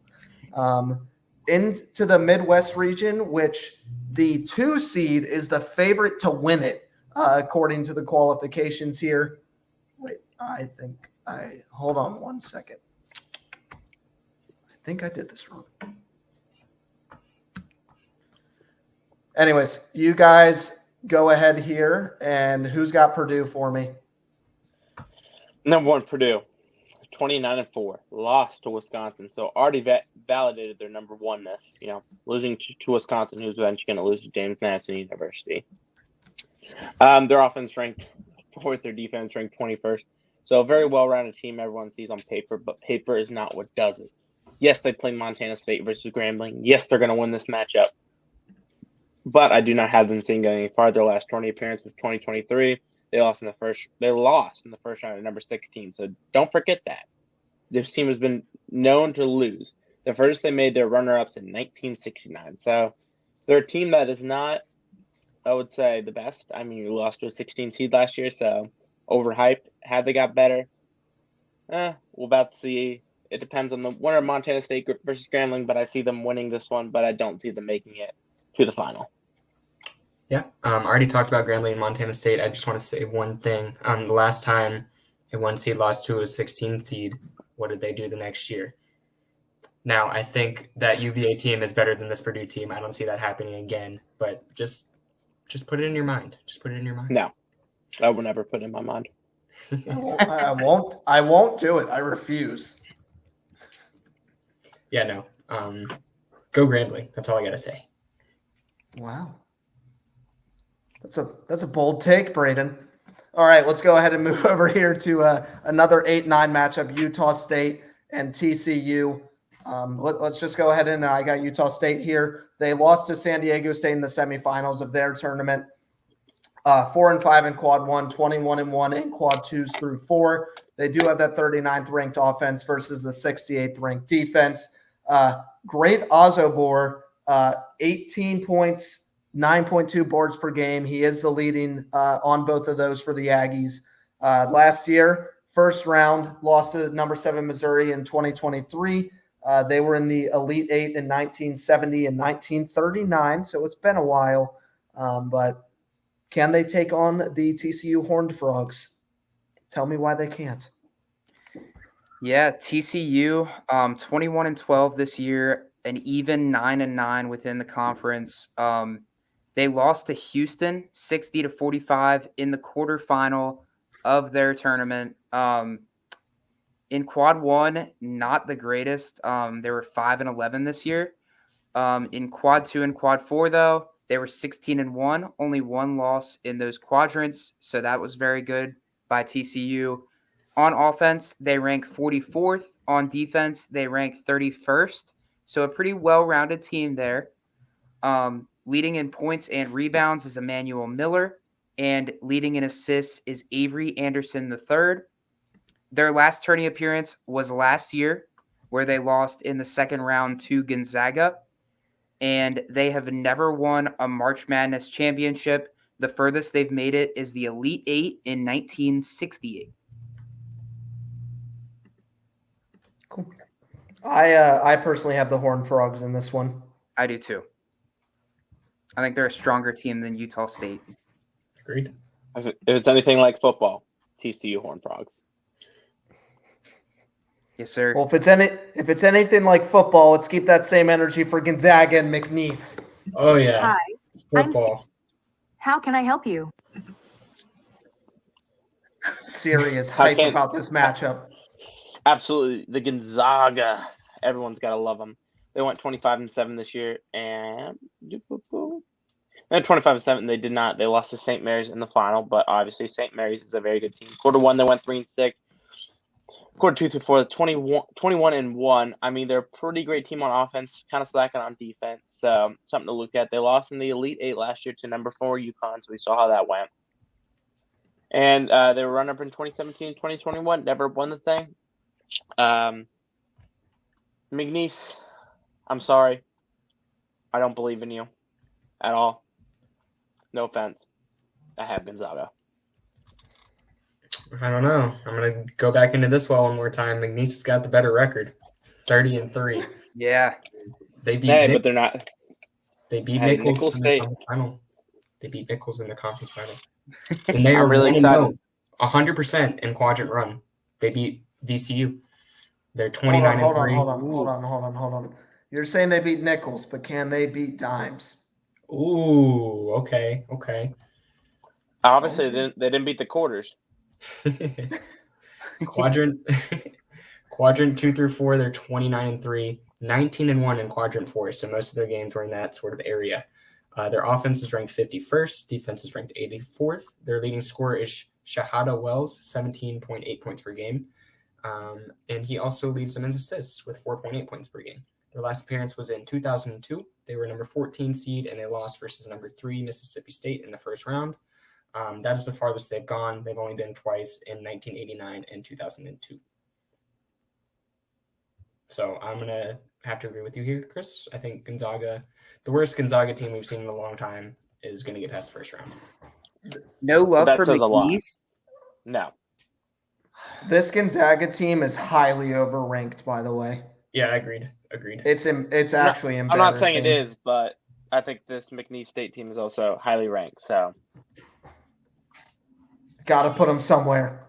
they looked at their record. That's all I got to say. Probably. True. It's probably true. Another team that is extremely overranked, the Kansas Jayhawks, with 10 losses, 22-10, going up against Samford, 29-5. Oh, I'm scared. Half as many losses, 7 more wins. Trembling. They lost to Cincinnati in the second round. They were without their 2 stars, Kevin McCullough Jr. They were without Hunter Dickinson. Their status for March Madness still questionable for both of them. This is a much different Jayhawks team if those 2 are not on the floor. I'll tell you that much. DeJuan Harris also Harris Jr. Has been a huge factor for a long time. Earlier this year, the number 1 team in the country on AP voting, the Kansas Jayhawks. 2023, they lost in the second round to number 8 Arkansas. Little Muscleman with a big win there against number 1, 4-time champion most recently in 2022 when they took out the number 8 seeded UNC Tar Heels. So blue blood school going up against Samford. A lot of people have this as an upset bid, but even though I don't believe Kansas maybe is a 4 seed, if they're fully healthy, they deserve conversation for a 2 seed. So that's kind of the stipulations, but this Samford team, that they're not Stanford, so even if they were Stanford, they wouldn't, in my opinion, have an opportunity to win against this team. So Brent might have a rebuttal. I might. We'll see. Samford, awesome freaking name for a school. Their record is 29-5. They were 15-3 in their conference. In their championship, which was the Southern Championship, they beat Eastern Tennessee State 76-69.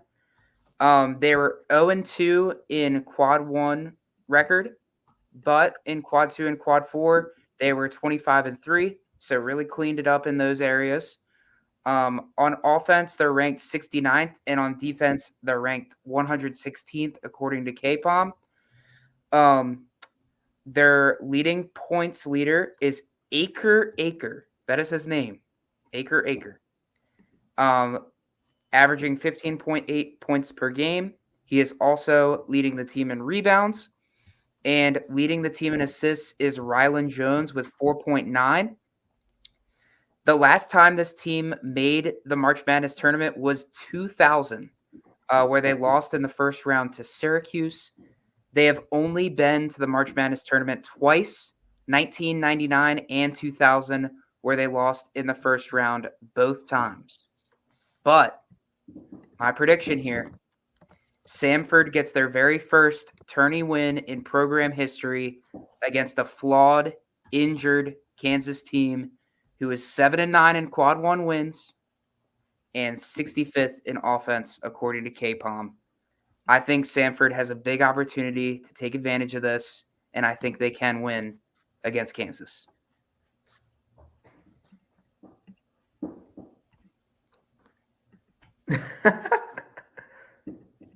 They seem like they want no part of this. This matchup, no, I want 0 part of it. It depends on the health of the 2 big stars, obviously. Yeah, that's all I can really say about that. The line really isn't that much for a 4-13 game. True.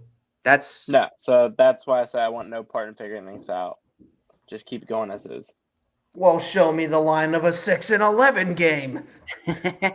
Oh, I will, because we can start with South Carolina. They went 26-7, and they lost to Auburn in the quarterfinals. So, big upset alert. Just saying. Where are we at? Alrighty. They are ranked 46 on offense and 54 on defense. So they're kind of middle of the pack. Their last tourney appearance was in 2017. They lost in the Final Four to number 1 Gonzaga. We know how that went.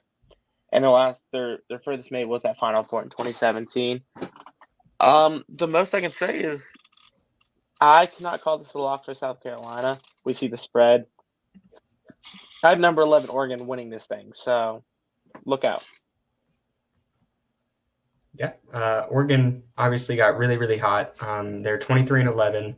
They beat Colorado in the Pac-12 final. They're 4-6 in quad one, 19-5 in Q2 through 4. They're top 50 in offense, right on that cusp at number 50, and they're number 70 in defense. They have a special player. Excuse me, if I can pull him up. And Folly Dante. He went off during the tournament. He shined in the last couple minutes, in the last couple games, and he is their statistical points and rebounds leader. They do not pass the ball very well. Their leader in that is Jermaine Couisnard. He has 3.3 assists per game. Their last appearance was 2021. They were number 7 seed. They lost versus number 6 USC in the Sweet 16. They were national champions one time back in 1939. So it's been a hot second for Oregon. They did make it to the Final Four back in 2017 though, and they lost to the eventual champ in UNC. This Oregon team, like I said, they've been hot. They went off during the tournament, and I think they're looking to keep up that hot streak and bring it into the tournament and beat South Carolina here. Yeah, it's going to be a 6-11 match that you're going to want to put on your calendar. I think a lot of them are, but South Carolina, Oregon, 2 Power 5 powerhouse names. Give me Oregon. Let's bid adieu to the Pac-12 and let's go. Yeah. Let's make a run.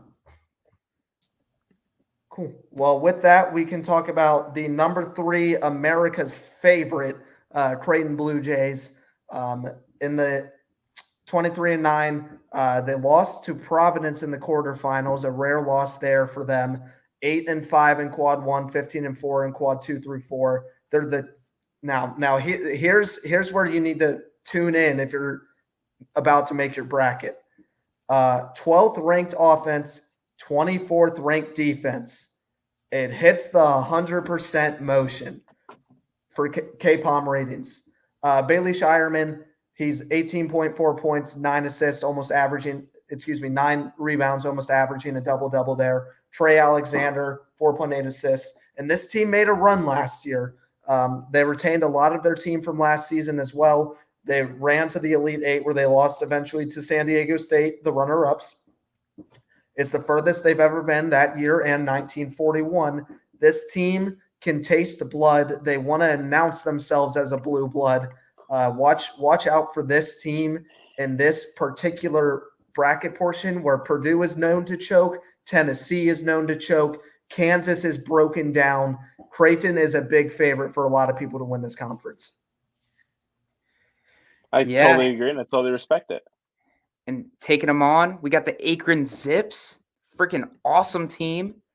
24-10, 13-5 in the MAC. To make it to the tournament, they beat Kent State 62-61 in the MAC championship. They're 0-3 in quad 1, and they are 22-7 in quad 2 through quad 4. 162nd offense and 97th defense. I don't think that's making the mark for that K-Palm ranking there.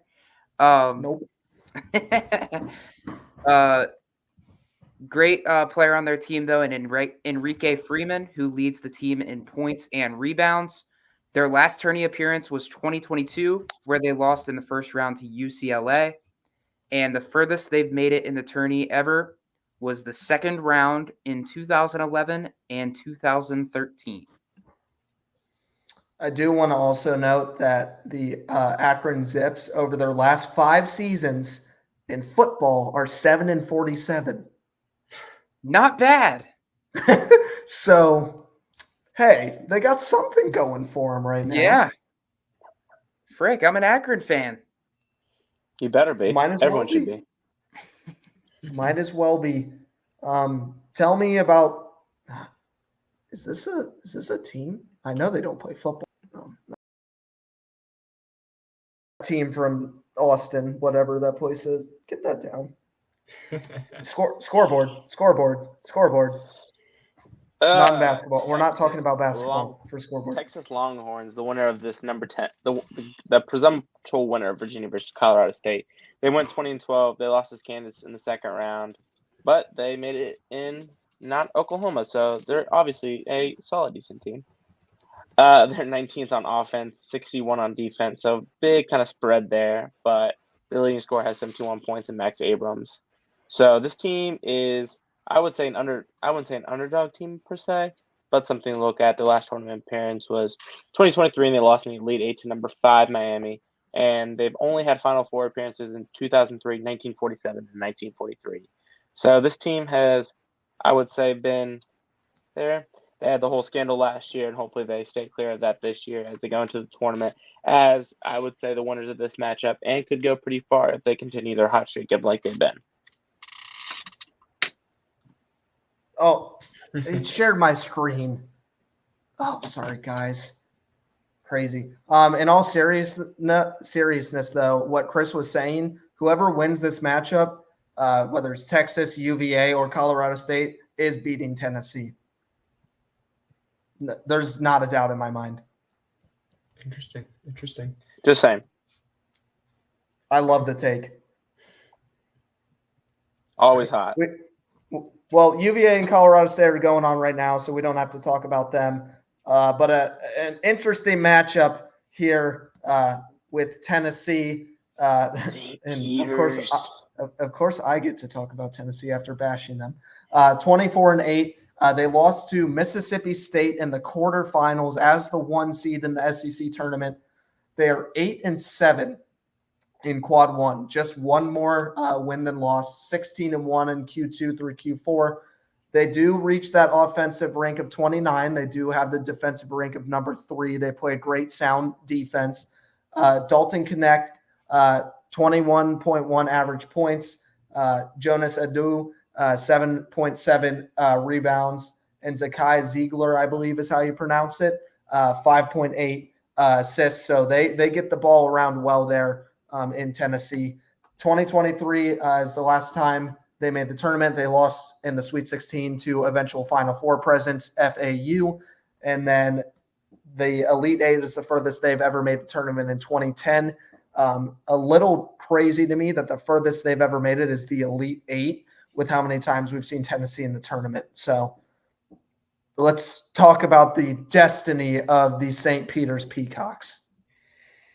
Yeah, and unfortunately they don't have Doug this time, so they're not going to make it as far as they did before. But the St. Peter's Peacocks, 19-13 this year, 12-8 within the conference. The only reason they're here is because they beat Fairfield 68-63 in the Metro Atlantic Athletic Conference Championship. They're 0-1 in quad 1. And they are 18-12 in quad 2 through quad 4, 76th in defense, 305th in offense. Not pretty for the Peacocks. Their leading point scorer and rebound scorer is Corey Washington, and their assist leader is Latrell Reed. Their last tourney appearance was 2022, as we mentioned, where they made it to the Elite Eight, a very Cinderella story. But it's not going to happen this time. They're going to get destroyed by Tennessee in the first round because they really don't even deserve to be here. They got lucky in their conference tournament. Sad. Ooh. Let them at. I'm a Peacock, coach. You got to let me fly on this one. With that being said, miracles can happen. Dreams can come true. And today I'm about to tell you how. We have the returning founding father of the Sports Outlet Show, from King James to tennis to golf to hockey. I don't know what we got today, but ladies and gentlemen, everyone, boys and girls around the world, let's give a round of applause. Chris's Sports Facts of the podcast is back. Thank you. You know, as my comeback, I don't want to go too crazy. I got to keep it light, got to keep it fair. but I want to keep it with the spirit of March Madness. And not only has the number 15 seed won a first-round game in 3 consecutive years for the first time, but all 3 went on to reach the Sweet 16. Keep an eye on the number 15 team that wins. We have Princeton, St. Peter's, and our one and only Oral Roberts. St. Peter's took it a step farther by going to the Elite Eight, and number 15 seeds are 11 and 141 in first-round games, and 9 of those 11 winners finish in the top 2 of their conference standings. Keep an eye out for them. This year, South Dakota State is the only 15 seed that finished in the top 2 of its conference. I know we wrote off South Dakota. They're the only one that aligns with these, but keep an eye out for that number 15 seed that wins. Hopefully, they keep the trend going and making it to the Elite or Sweet 16. I like it. All right. Might have to go edit my bracket here now. I'm just saying. The prophet has spoken. South Dakota State. Oh, sorry, guys. We got to keep going. We got to keep going here. West Region, last one here of the night. Appreciate all y'all staying up here with us, but boy, do we got a matchup here for you. Braden, I think it's you talking about the team that's going to lose to the second team. Yeah, the UNC Tar Heels, 27-7. They lost in the ACC championship. We've talked about it in numerous times throughout the podcast already. NC State beat them. They are 9-3 in Q1, 18-4 in Q2 through 4. They're the 24 ranked offense and the 6th ranked defense. Their leading scorer, RJ Davis, 21.4 points per game. Rebounds, Armando Bacot, 10.2 rebounds per game. And assists, Elliot Cadeau at 4.2 assists per game. Their last tournament appearance was 2022. They were the runner-up versus Kansas as that 8th seed. That run was magical for them. The furthest they've made in the tournament, obviously they're champions. They're the 6-time champions, most recently in 2017. They're the 3rd most of all time, just behind UCLA and Kentucky. And I would love to see Wagner win here. I just don't think it's going to happen. We'll see, Braden. I knew you were going to come at me with this, so give me about another 10 seconds here, and I'll tell you why. So Wagner, great last name, first of all. Going up against North Carolina, okay. You know, we always think about a team, and we think about football. All right, we think about the concept of football. I know it's basketball, but I mean, we talk about how JMU kills it in every sport. Let me talk to you about why the Wagner Seahawks are better than the UNC Tar Heels. It's something you learned back in algebra, the transitive property. So in football, Wagner beat Stonehill. Stonehill beat Georgetown. Georgetown beat Fordham. Fordham beat Buffalo. Buffalo beat Central Michigan. Central Michigan beat South Alabama. Don't forget this. South Alabama beat Oklahoma State. Oklahoma State beat West Virginia. West Virginia beat North Carolina. So if I'm doing my facts correct, the Wagner Seahawks could be a team to watch here. Let's go ahead and talk about them. They are now 17-15. They beat Merrimack in their final. They just bounced Howard, absolute obliterated them. 0-2 in quad ones, 15-13 in quad 2 through quad 4. 334th offensive rank. And you're counting us out? We're not last. 171st in defense. And if you don't know the name already, Melvin Council Jr. leads the team in points, leads them in boards. Last time they appeared was in 2003. They lost in the first round to number 2 Pittsburgh. And they had 10 quad 4 losses this year. And they have never won a game in the NCAA tournament at the D1 level until this afternoon. Let's keep it running. The Wagner Seahawks, UNC by 40. Yeah, I wasn't going to say it, but yeah. While I have that momentum, all right, which one of you is going to make the joke? Let's just get it out of the way. Tom. Let's just get it out of the way, guys. A man that practices integrity every day. Go Michigan State. Hold on. I'll show you what I'm talking about. Tom. No, hold on. Just give me a second here. You guys talk about puppies or something. Yeah. How about that USFL? Well, I think MSU is going to win this matchup. I actually do believe MSU will MSU. win the matchup. It's a foolproof plan on your paper brackets to write MSU because it is MSU versus MSU, and nobody can Does tell that- you you're incorrect. Does that work on ESPN too? No, unfortunately not. They're too technologically savvy. But if you're somehow in their $100 league against Grammy, MSU. There's a lock. There's a lock. Grammy would never know. And if you're wondering, that MSU is Michigan State for the -1.5. Yes, absolutely. I'll start us off here. I got Mississippi State. They are 20-14, 9-9 within the conference. They lost to Auburn 73-66 in their semifinal game. In quad 1, they are 4-9, and in quad 2 through 4, they are 17-4. On offense, they rank 60th, and defense, they rank 20th, according to KenPom. Their points leader is Josh Hubbard. Rebounds, Cameron Matthews, and assists is also Cameron Matthews. The last tourney appearance they had was 2023, where they lost in the first 4 game to Pittsburgh. And they have never won a March Madness championship. The furthest they've made it is the Final Four in 1996. I know the sexy pick here is Tom Izzo and Michigan State, but don't count out the Bulldogs. They play extremely sound defensively, and they're super hot right now. I'm going with Mississippi State. That leads me to Michigan State. Week 1, they're 19-4. One of those losses coming to the James Madison University. Obviously, week 1, one of the greatest games I've ever watched in my life. They did not win their conference. Obviously, they lost to Purdue. But as we've said, Purdue is not a strong team. I don't know if that helps them. Quarter 1, they were 3-9. So, but then they finally got hot and won 16-5, ending their season. Their defense is ranked 8th. But we saw their defense played at the beginning of the year. So, do we really trust them? They were in last tournament appearance, 2023, Sweet 16, lost to Kansas. They are 2-time national championships, and this is a team where they're hot, but are they going to be hot like they were in the beginning of the season and kept losing, or are they going to continue this hot streak and win? I think it's going to be a close matchup, interesting matchup. I wouldn't be mad.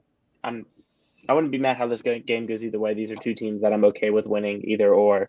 I do have Michigan State winning this matchup, and I think somehow, some way they'll pull it out. They won't go very far in the tournament because obviously if Michigan State played how they played week 1, they're not going very far. 3-9 quad 1 is embarrassing, by the way. Yeah. We were on Tom Izzo Firewatch at 3-9. You know a team that won more than 3 quad 1 wins and didn't have a single quad 2 or quad 3 or quad 4 loss that didn't make the tournament? That's all I'm saying. It's flawed. I have Mississippi State. They're red hot right now, but it is also Tom Izzo in March, so that also scares me. Braden, read me the months. I need to know the months of the year. The months? Yep. It's in January, February, March, April. January, February, Izzo. Fair enough. There you go. Braden, you can also tell me about St. Mary's. St. Mary's. They went 26-7, and they did win their conference. They beat Gonzaga in the final. They're 5-3 in quadrant 1, and they're 20-4 in the rest of those quadrants. They have a top 45 offense, number 45, and a top 20 defense at number 16. Their leading scorer is Aiden Mahaney with 13.9 points. Their rebounds leader is Mitchell Saxon with 7.5. And their assist leader is Augustus Marcilionis with 5.2. Their last appearance was last year. They were number 5. They lost versus the champion UConn in the second round. Their furthest appearance is Elite 8. That was their first ever appearance in 1959. They lost to California. They are a number 5 seed. I don't know how I feel about them, to be honest.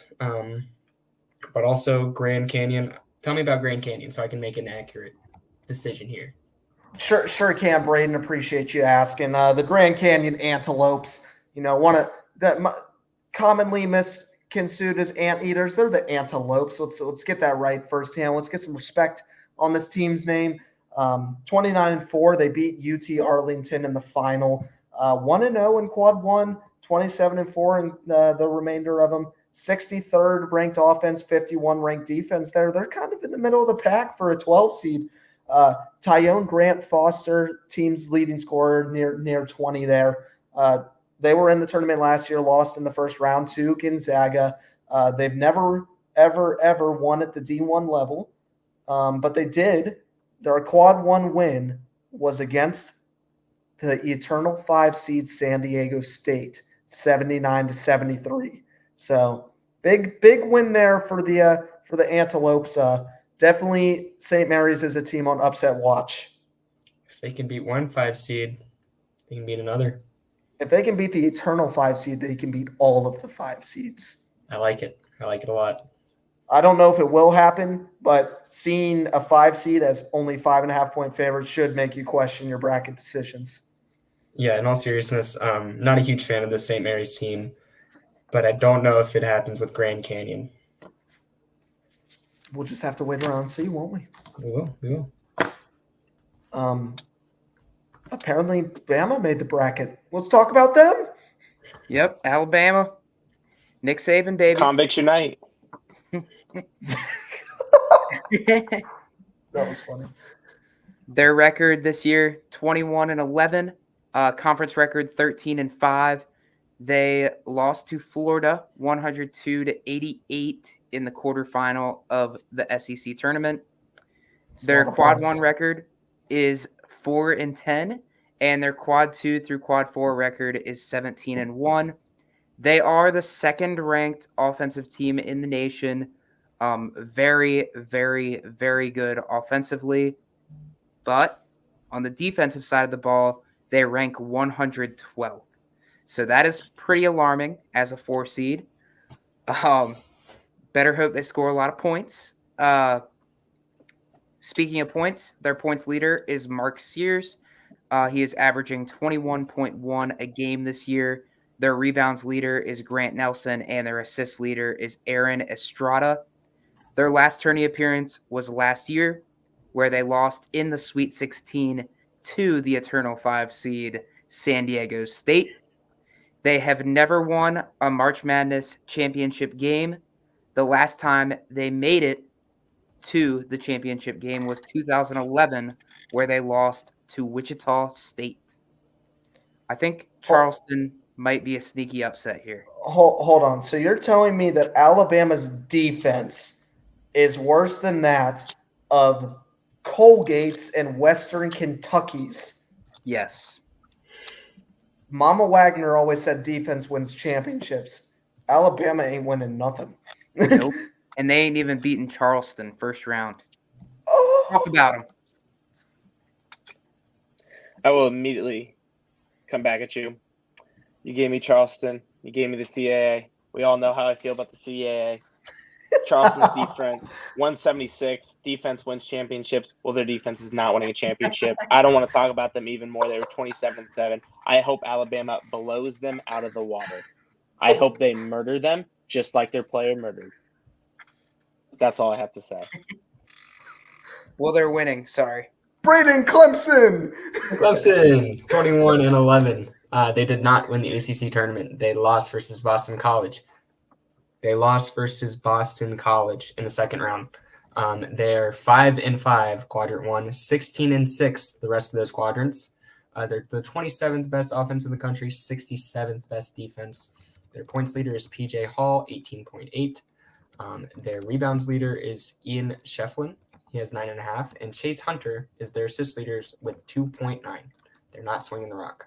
Their last appearance was in 2021. They were number 7 seed, and they were first round exit versus number 10 Rutgers. They were upset then. They're going to be upset again. We were talking this region of the bracket is so volatile. There's like so many upset alerts on this side of the bracket. It's crazy. This region could be insane. How is that Clemson, a 6 seed? yeah. I don't know. You're asking the question we're all thinking. The furthest they've gone is the Elite Eight in their first appearance in 1980, in which they lost to UCLA. This I don't know. I don't know what Clemson's doing here. New Mexico is a much better team, and it shows with Vegas. Vegas agrees. I want to know when is the last time 11 seed versus 6 seed had the 11 seed favored. It's not a joke. Like, oh boy. Yeah, it's All hard right. to say upset alert when they're not even favored, but according to the seeds. Braden just out here picking the favorites. Like, this is March Madness. Come on, man. My bad. So is it going to read number 6 Clemson shocks Vegas if they win? No. Yes, absolutely. New Mexico 26-9. They beat San Diego State in the final in the Mountain West. This team is rock solid, red hot right now. 5-6 in quad 1, 20-3 Q2 through Q4, 41 on offense efficiency, 23 on defense. So they've got a good defense. Jalen House, 16-1 points per game. JT Toppin over at the rebounds, and then Donovan Dent. The last time the Lobos made it here was 2014. They lost in the first round to Stanford. They've been to the Sweet 16 2 times in 68 and 74. They do have a quad 4 loss. It is to Air Force at home, and they have not won a tournament game since 2012. This has the same feeling of JMU to me. New Mexico, probably a better team, absolutely red hot right now, showing they can play on both sides of the ball, but can they actually get it done in the moment? So, I mean, they're favored. They're favored. The Great American Upset. This just in, Clemson Tigers shock world. They beat the 11th seed. Imagine the headline. People don't know the lines are going to be so confused. They're like, "What do you mean? What do you mean upsets?" If I see the saying headline, New Mexico upsets Clemson, I'm taking a picture of this and saying, no, they didn't. All right, Hey, Baylor and so Clemson toothpaste. Hey, I got Baylor here. They're You do? 23. Yeah. They're 23-10, 15-2 in the conference. They lost to Iowa State 76-62 in the quarterfinal of that tournament.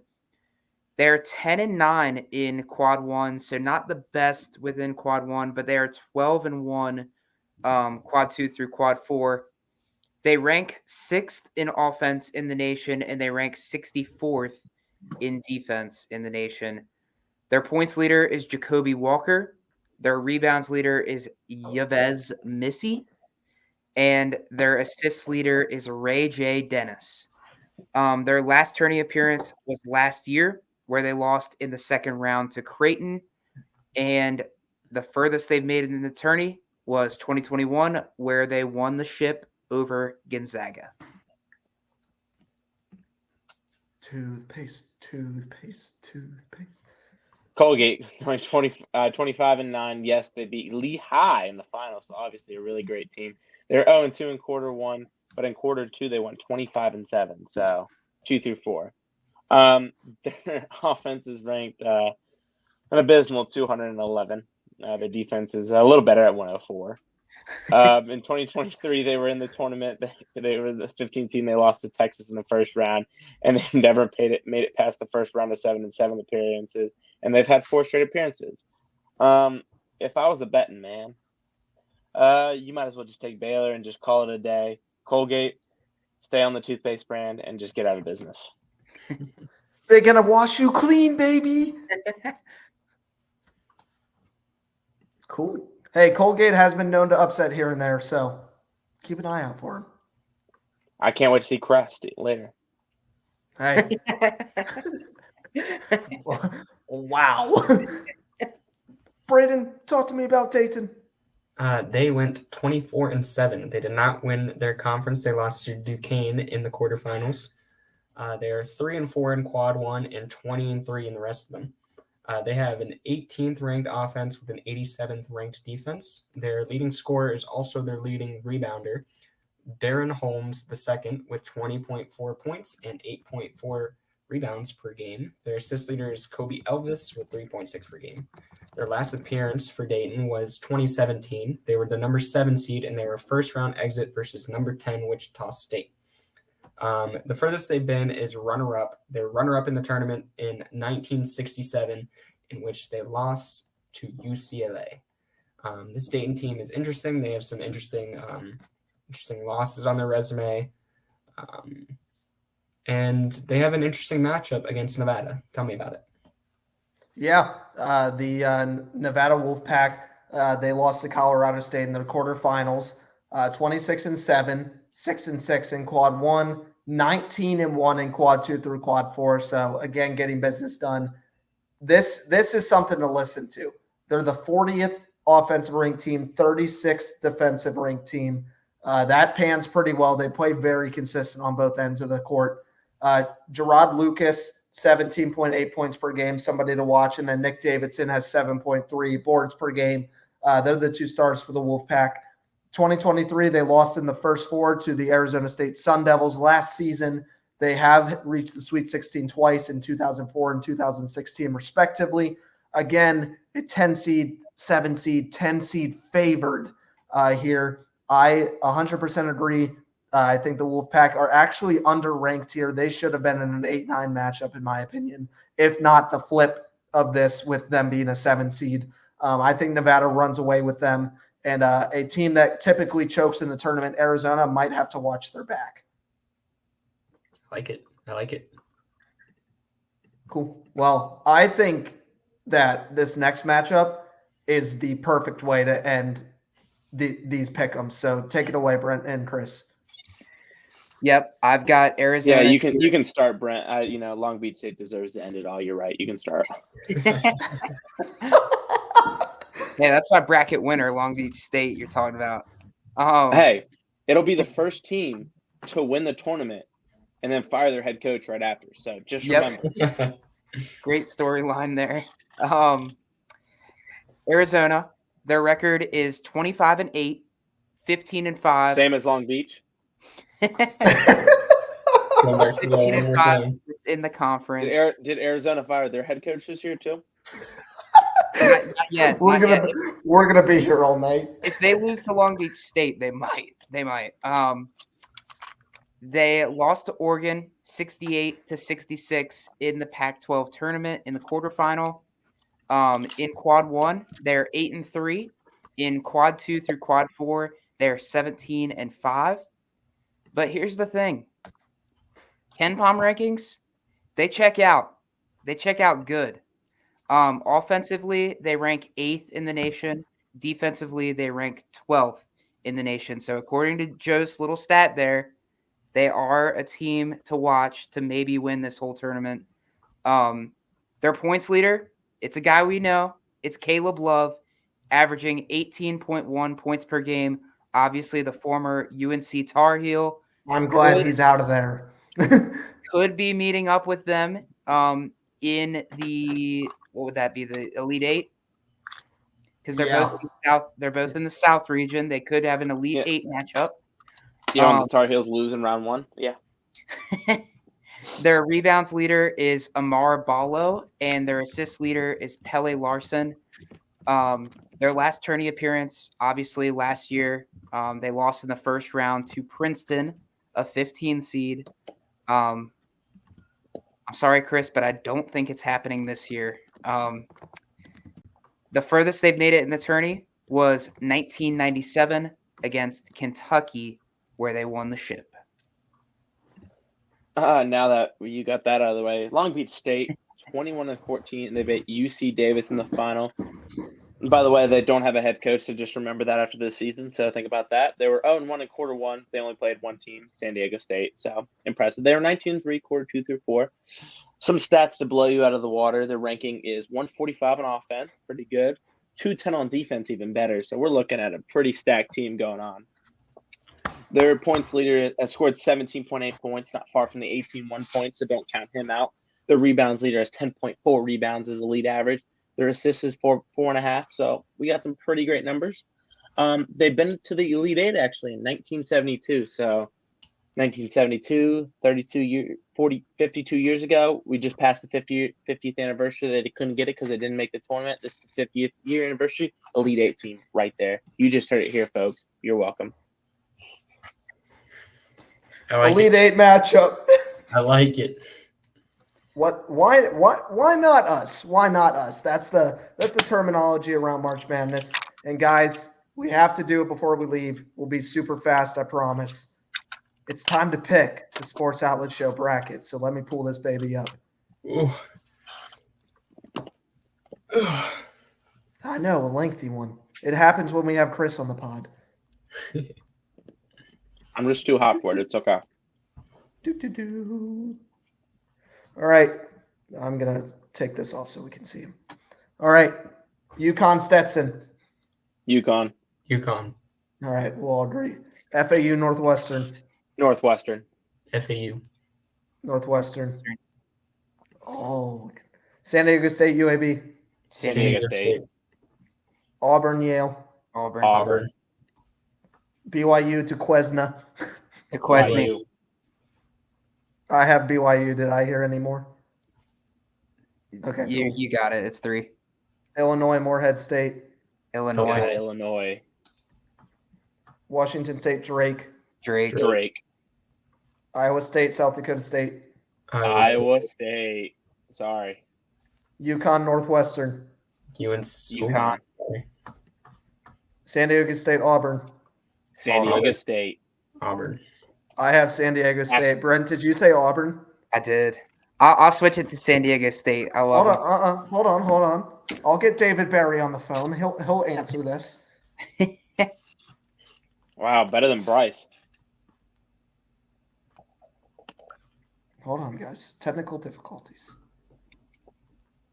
Get him on speaker. Get him on speaker so everyone can hear him. I wonder if he's watching. He's in the chat. Is he Auburn. really? Thank you for the chat. We need you to stay around for a little bit. All right. See ya. You just woke him up. David Barry's alive in the chat. We have everything we've ever needed. BYU or Illinois? Illinois. Ely. Drake or Iowa State? Iowa Iowa State. State. Well, guys, we're doing a great job here, 1 through 4.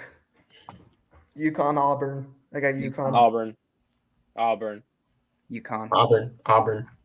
Oh, David Barry, we need him again. All right, while we're waiting, Illinois or Iowa State? Iowa State. Iowa State. I agree. Let's see if he comes back with UConn or Auburn. Oh, No. the Huskies. UConn or Iowa State? I have Iowa State here. Iowa State. I'll go UConn, Nice. but it doesn't matter. Houston or Longwood? Houston. Longwood. Houston. Nebraska or A&M? I got A&M. A&M. A&M. Should I just pick It JMU? doesn't matter. It doesn't matter. You pick Wisconsin. JMU and you don't Just do it. disrespect. Just do it. I have Vermont. Dukies. Duke. Boo. I have NC State. Texas Tech. I have Texas. Texas Tech. No, NC State. NC State. I have NC State. Oh, David, we need a split. Kentucky or Oakland? Kentucky. Kentucky. For the love of Florida or this winner? Florida. Florida. Marquette. He's got Marquette. State. Nice. Marquette, I agree. Marquette. Marquette. Yeah. Houston or A&M? A&M. Houston. I also have Houston. A&M. Houston. David. JMU or Duke? I have Duke. Duke. Duke. The Dukes of JMU.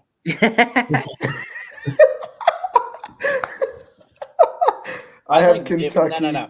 No. I think for bias reasons, I think David should decide this one as well. I have Kentucky. Kentucky. NC State. Florida or Marquette? I have Florida. Yeah. I'll yeah, Put Hu- that's fine. He's got Houston. Houston or Duke? I would have Houston here Duke. then. Houston. Duke. Kentucky or Florida? I have Kentucky. Kentucky. And Kentucky. Florida. Here I have Kentucky. Kentucky. Houston. Did you have Houston, Braden? Yeah. All right, And I said David, Kentucky. Houston or Kentucky? I love having a. I love he was just here. He was just waiting to be called upon. I think he said Houston. Or was that for a different That one? was last pick. Oh, he Yeah. picked Kentucky. Nice. North Carolina or Wagner? I got Wagner. North Carolina. North Carolina. Oh, I got Mississippi State here. I do too. Mississippi. Michigan State. I have MSU. I have Grand Canyon here. I'll go Yeah. the old Canyon. Grand Canyon. We need an upset. I have Bama. Bama. Bama. Charleston. I have New Mexico. Yeah, give me the favorites. Mexico. Yeah. No, I went Clemson. I think the favorite 11 seed. I got Baylor. Baylor. Baylor. I got Nevada. Nevada. I have Arizona, unfortunately. Long Beach Arizona. State. I have UNC. Mississippi State. Yeah, I do too, UNC. actually, Chris. Mississippi State. Oh, snap. Well, you know who David's going to pick. Remember, I told you guys. It's never happened. Or it's only happened 3 times. All number ones making the Final Four. So you better just.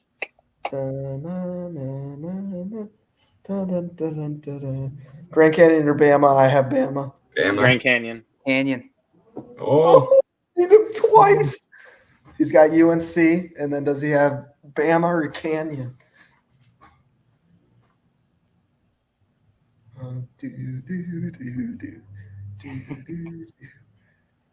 I guess we can go down. New Mexico or Baylor? I have Baylor. New Mexico. Mexico. Shit. And he picked Grand. And he picked Grand. Give him Grand. Do we need him to split this one too? Yes. yes. I said All right. Mexico. Yeah, and Brenton, I said Baylor. Oh, God. It's Arizona. Boys, I'm sorry. Arizona. I have Nevada. Arizona. Arizona. It's Arizona. Baylor. All right. I got UNC. UNC. UNC. Arizona. Arizona. Arizona beats UNC. Agreed. I have UNC. Arizona. Braden? I'm telling you. Braden. UNC. Yes. This is an elite matchup, though. This is This what is I what want. the people want. This is what I what the want. people want. Do, do, do, do, do. I'm not going to the other side of the bracket yet. I'll await David? his. We're like a good 15 seconds behind streaming. Yep. There it is. Dang. David. You're wrong, Purdue dude. or Grambling? Purdue. Grambling. I got TCU. Horned just Frogs. I got Zaga, I unfortunately. got McNeese. Yeah. Zaga. I have Kansas. Kansas. Sanford. Sanford. Did Chris say Sanford? Yep. Yeah. All right, David, this one. South Carolina, Oregon. I have Oregon. Oregon. I have Creighton by 1,000,000. Yep. Creighton. I'm going to let you guys just pick for me here. It's Texas. Tennessee, St. Peter's. I have Tennessee. St. Peter's. Tennessee. Not happening, Chris. I You say that now? I have TCU in this game. I have TCU. Purdue. Zach Wait, Edey's did gonna. you say Did you say TCU, Braden? Yeah. Damn. Okay. All right. I have I Kansas. have Gonzaga. Gosh, Kansas. these are disappointments. Zaga and Kansas. Kansas. Yeah. Was it Zaga for 3? I I'll got go Zaga. Zaga. I hate both those teams, though. Braden, were you Zaga? I was Kansas. I was also Kansas. David. No, that was from last. Okay, I have Creighton. I Creighton. have Oregon. Yeah. I have that team from down south. Texas. Tennessee. I have Texas. Let's see for Kansas or Gonzaga. Whoever it is beating TCU. You know how funny it would be if he like just left. He's just gone. Do, do, do, do, do. David Berry. David Berry. Creighton or Texas? David Creighton. I'd agree. Creighton. And he had Kansas again, and they beat TCU. Yeah. TCU. No. I don't like TCU. I don't like either of those TCU. teams. TCU. Kansas or TCU then? Oh, Kansas my goodness. cannot make it this far. Gosh, there's no way. If their team is healthy, they will, and I promise you they will. I guess they will get TCU. healthier as the tournament goes on. Did he say That- TCU? I said TCU. He hasn't responded. He's thinking about it. Creighton wins either way. Agreed. He said No. Kansas. Again. All right. Kansas. I have Creighton. Creighton. I had Kansas. Let's see. Boom. Final four. I have UNC. I have Iowa State. Iowa State. UNC. Jeez. Dude, this is fun. They're not that I have Kentucky. I have Creighton. Creighton. Creighton. All right. Even though this is not going to happen. He picked UNC. I have UNC to cut down the Creighton. nets in two of my three I brackets. I would not watch this matchup, so I really don't Creighton. Creighton. Pick one, Chris. care. This would be the worst thing I've ever watched in my life. Pick one. And I'd have watched CAA football. Creighton, I'm not letting UNC win the whole thing. Boom. Creighton cutting down the nets. I see it. I see this. Yeah, I can see it. Well, according to the K-Pom thing, you said it was 169. possible, right? 169. And then we cannot click these buttons, unfortunately. Sorry, boys, when we're perfect. Woohoo! Yay. Yay! Good job, boys. First perfect bracket ever, right here. Easy. Well, boys, I appreciate y'all hanging out, and I really do appreciate all your hard work. I know it's late over there on the East Coast. You boys get some Z's. There is another first four game on right now, so go ahead and go enjoy that if you please. But I'm good. my name is Joe Wagner alongside Brady Wilkins. Wait. Whoa, Oh, God. Oh, God. what happened? Let's see. Ooh, it's not pretty. UNC is losing 27-14. UVA. UVA is losing. At halftime. 27-14. At halftime. Oh, no. It's so sad. It's so sad. 27-14 at halftime. They're on pace for 28. That's like those 1940s matchups I was telling you guys about. Yeah. I would rather watch like a fire burn out than watch that. And with that, my name's Joe Wagner. This is Braden Wiltons, Brent Allegra, and Christian Naylor. Hey, we're here on the Sports Outlet Show. Thanks for hanging out with us on this extended March Madness episode. We'll see you guys next time here on the Sports Outlet Show. Who knows what's coming next? Could be a little opening day MLB. Could be a little NFL draft day. You know, you never know what's coming next. But we appreciate y'all hanging out here late with us tonight. I don't know if Brent has a shirt to shred this time, but if not, we'll see you guys next time. Thanks for hanging out with us.